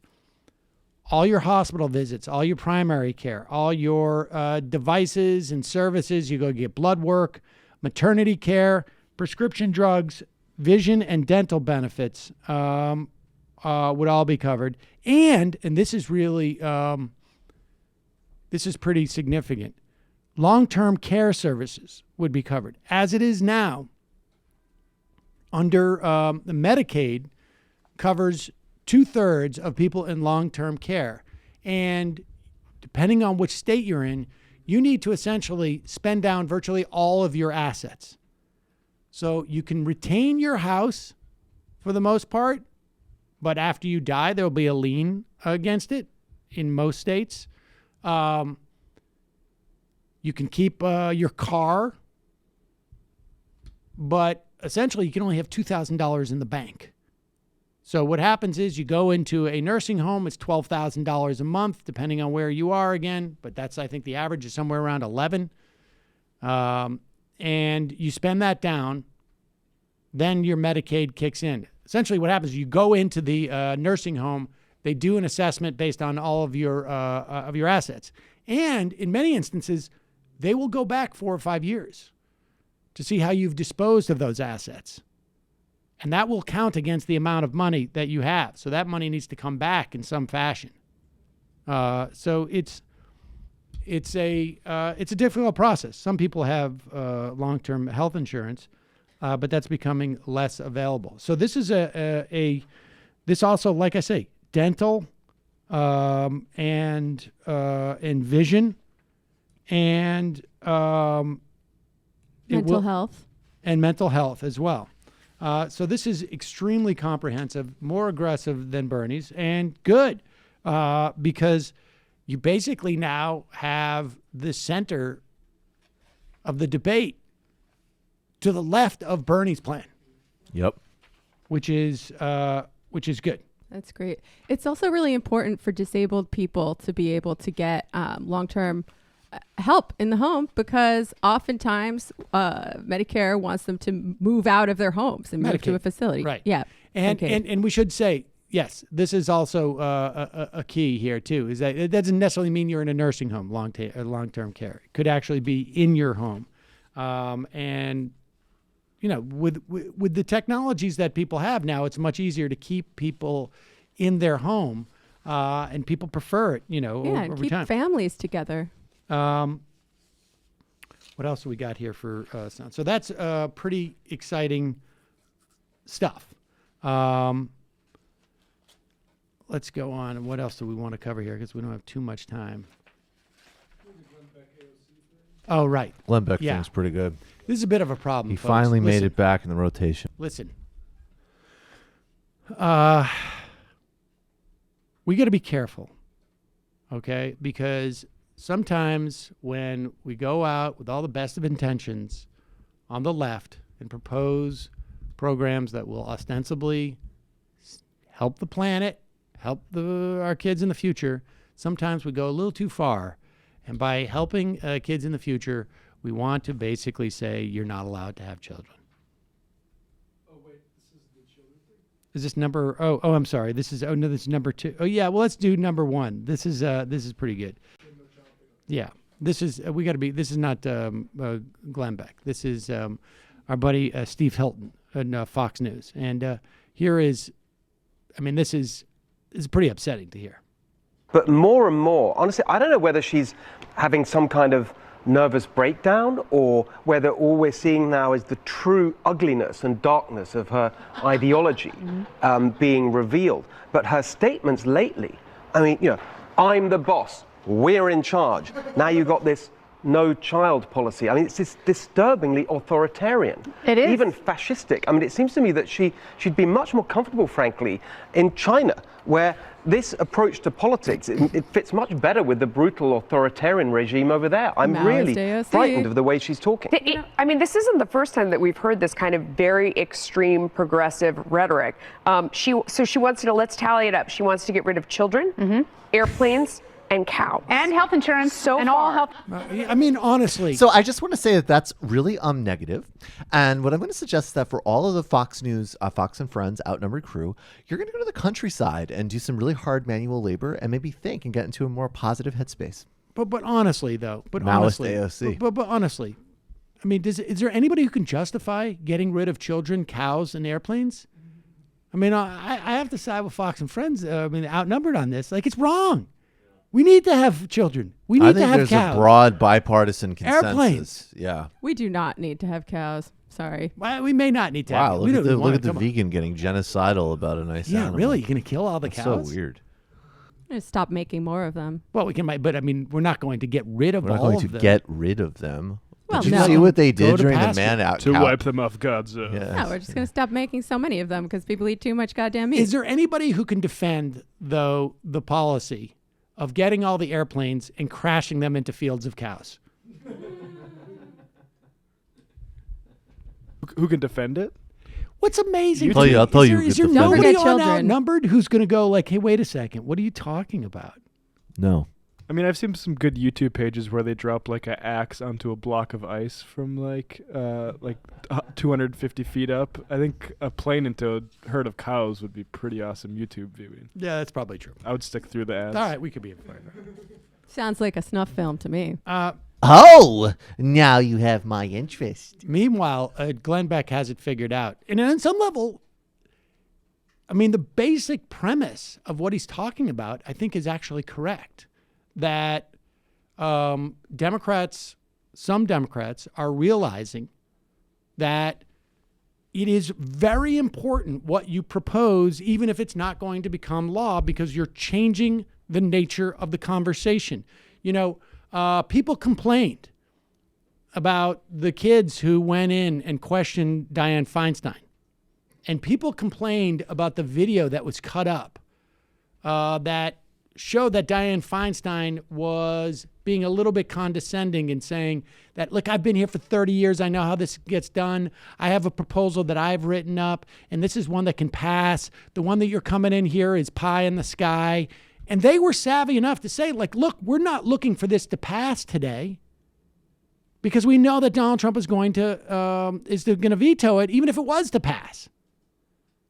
We're looking to set down a marker so that people understand what is necessary to do here. Well, it was announced a day later that Dianne Feinstein pulled her bill because that protest showed how anemic her bill was and how actually presenting that bill at a time when we know nothing can be implemented because Republicans are going to stop everything is actually damaging to the cause of fighting climate change.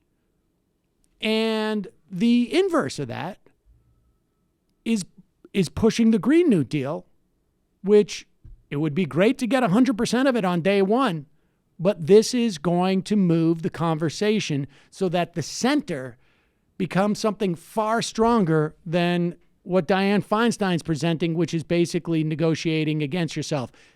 And that's just presuming that it's a negotiation tactic on her part as opposed to just not interested in actually addressing the problem. I don't know. I don't know what's in her head. I just know that in the 30 years that she's been a senator, she has not been part of any solution that's been helpful. Yeah, that was the time when we would have needed to act. Indeed. Maybe her proposals proposing today 30 years ago would have been sufficient over the course of those 30 years. Maybe. I don't know. But Glenn Beck is on it. And maybe it's because he's now adopted the 3-collar look of Steve Bannon. The Steve Bannon catalog? Yep. Stop ripping him off. Be original. But here's Glenn Beck. He must be very cold in that studio. But here he is. He's talking about the Green New Deal and AOC's secret plot. And then, of course, he moves to the board and gets all mixed metaphor on us.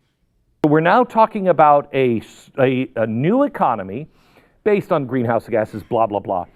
but social justice. And it will be driven by the United States government. It also says a couple pages later. Pause it for 1 second. I can also just note how far we have fallen when he used to have a set that was literally a complete replica of the Oval Office, and now he just seems to be sitting on a deck with on a fairly, I don't know, anodyne desk and, a fake Klieg light behind him, right? I mean, that's basically it. Go ahead. To mitigate deeply entrenched racial, regional, and gender-based inequalities in income and wealth, including, without limitation, ensuring that the federal government investment will be equally distributed to historically impoverished, low-income, deindustrialized, or other marginalized communities in such a way that builds wealth and ownership at the community level. It will also include measures such as basic minimum income, universal health care programs, and any others the Select Committee might find appropriate. They also will deeply involve national and local labor unions to play a leadership role. Ooh, sounds scary. I like the plan where they were taking our planes and cars better than this one, which led me to believe there's a couple of things that go on. First of all, there's the Overton window, and we talked about the Overton window years ago. The Overton window is this idea that I say something crazy, and that's so much better than than what you're actually going to get. So in other words, pause it for 1 second. I mean, this is like there's a couple things going on here. One is he's talking about himself saying something crazy. And so much.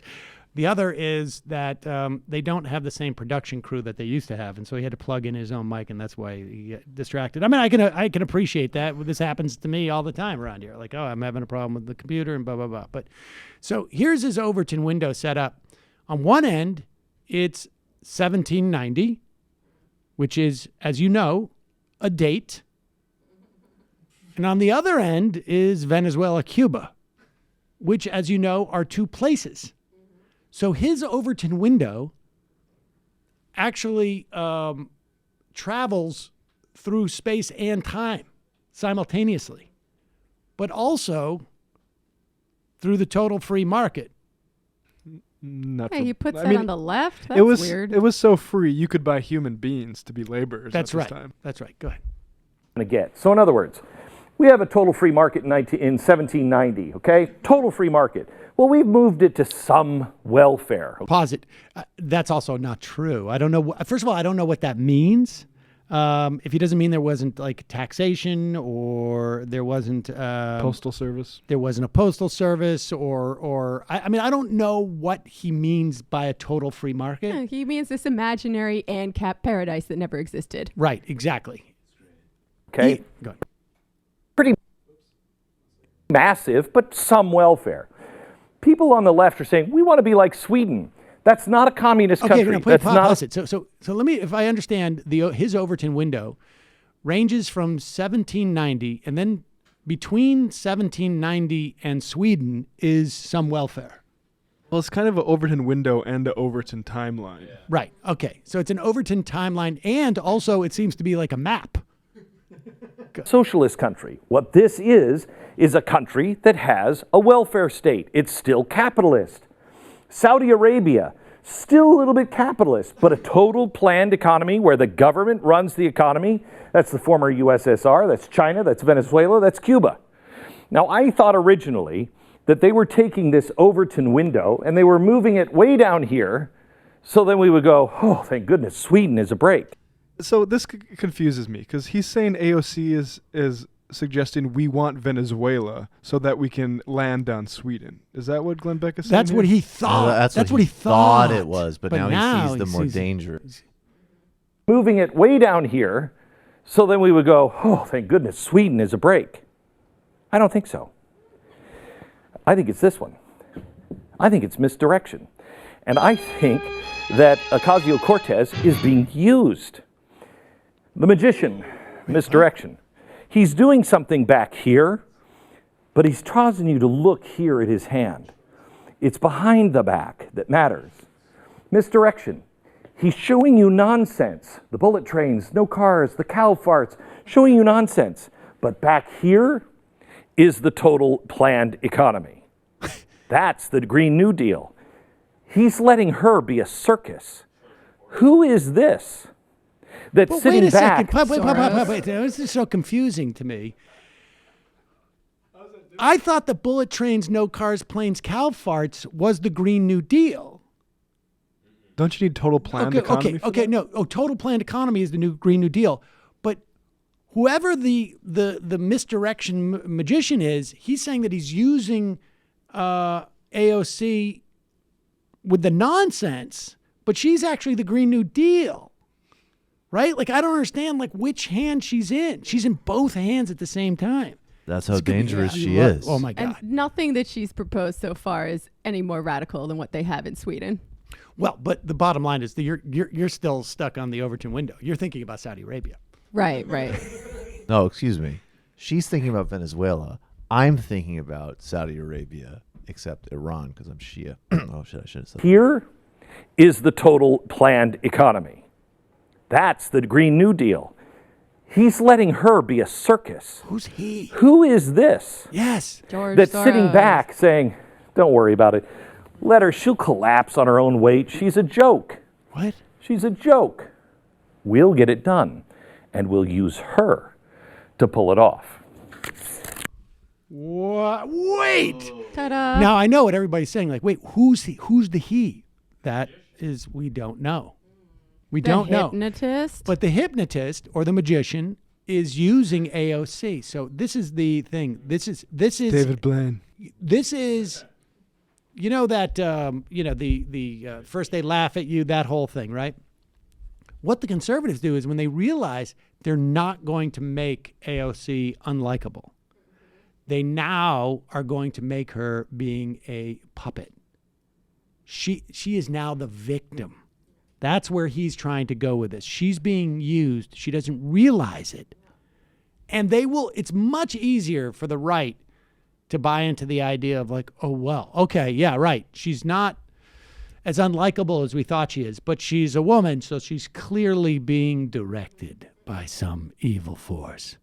And we're going to have to follow this. We're going to be on the... What happened was she was at the bar, and Soros walked in, and he said, would you like a career change, young lady? I feel like it could be Steyer, right?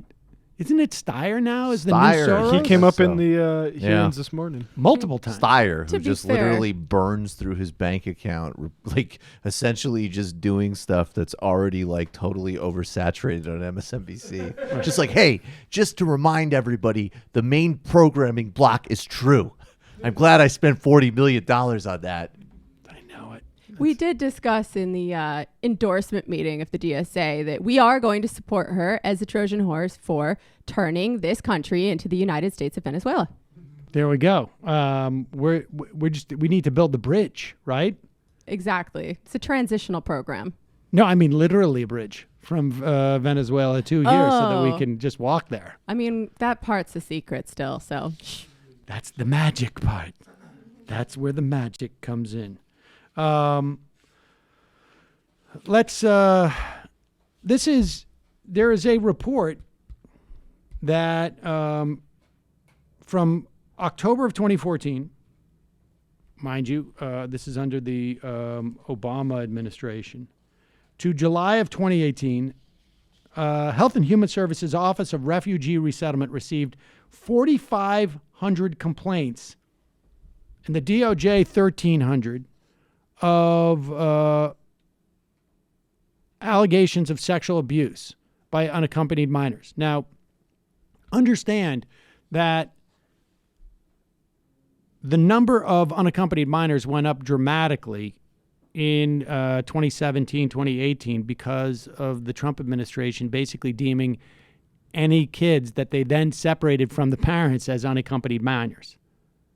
So there's clearly something fundamentally wrong with this policy, period. Part of it is kids are sent here without their parents because they're trying to escape a horrific situation in their home country. And parents assume that their kids are going to have a better shot at getting in, which obviously, they're in a foreign country. Maybe they get picked up by relatives. We don't know. So this is or they're placed. 180 of those allegations were by staff, or the allegations were against staff members. Here is Ted Deutsch. This is number 4. Talking to the to the HHS Office of Refugee Resettlement commander, I guess, on these reports, which are now just coming out now, I guess, of these allegations. And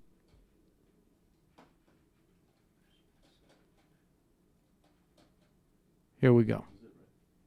Commander White, these documents demonstrate over the past 3 years there have been 154 staff on unaccompanied minor, let me repeat that, staff on unaccompanied minor allegations of sexual assault. This works out on average to 1 sexual assault by HHS staff on an unaccompanied minor per week.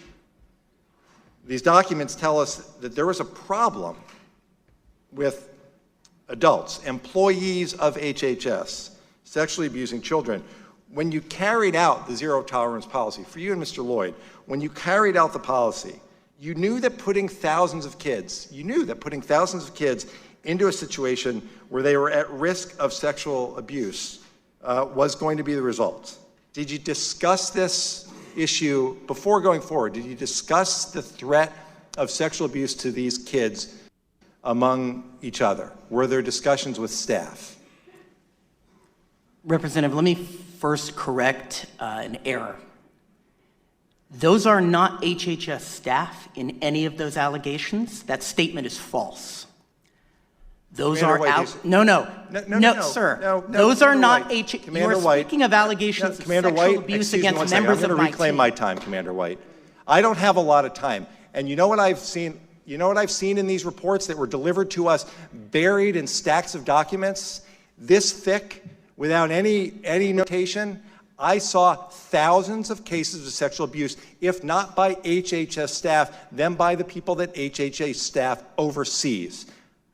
I will make that clarification. It doesn't make what happened anything less horrific. It was our obligation, the administration's obligation, to help keep these kids safe, child's best interest, safety, and well-being of alien children. That's what we heard this morning. Mr. Chairman, we failed. And this is just the start of what I believe to be a very important series of questions that this administration must answer, and I yield back. I mean, what's really devastating about that is not only that something like this happens, is that despite the knowledge that this was happening, that they basically ramped up their housing of children. We're now housing something like 14,000 to 15,000 children. And Health and Human Services staff, that guy, is aware that there is a significant problem with sexual assault. And their answer is to just up the number of potential victims, essentially. It's really grotesque. It's really just stunning. There should be criminal culpability for that, if possible. That is so obscene. All right, we're going to do a couple more IMs, and then I think we'll get out of here. The hearing is not going to come back on for another 20 minutes or so, and we will cover the rest of it tomorrow. Michael will have some clips, et cetera, et cetera. And we'll also talk more about this on Friday, I imagine. And, of course, Donald Trump is in Vietnam right now, probably steaming. He's talking with Kim, like, and then you shot your uncle out of a cannon.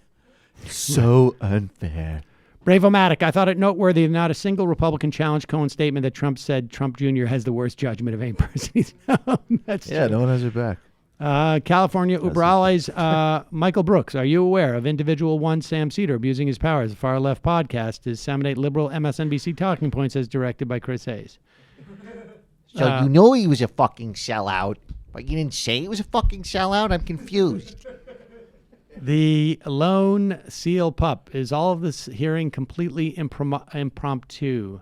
Congressional baseball fan. This whole hearing has provided me some great scouting opportunities for top prospects. That Jew Stooley's ruining everything. Someone get me Sammy the Bull.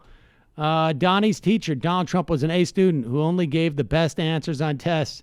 Mayday Mindy. Oh my God. What WTF? What is wrong with Jim Jordan? Can someone pass him a Xanax? He's going to have a heart attack. Supposedly, Congresswoman Plaskett from the Virgin Islands, who I think was the last person there. We went to our stories, but supposedly there's a video. Yes, I've seen that video of her just looking back at over him, at him and being like, "Shut up." Right. Department of Commerce just sent out an email to all DOC employees that through 1.9% federal pay raise for FY19 has not happened. No executive order signed, no action in any way has happened on that front. Seems like another thing Trump spouted and then either forgot to or was just about straight lie. And the final IM of the day.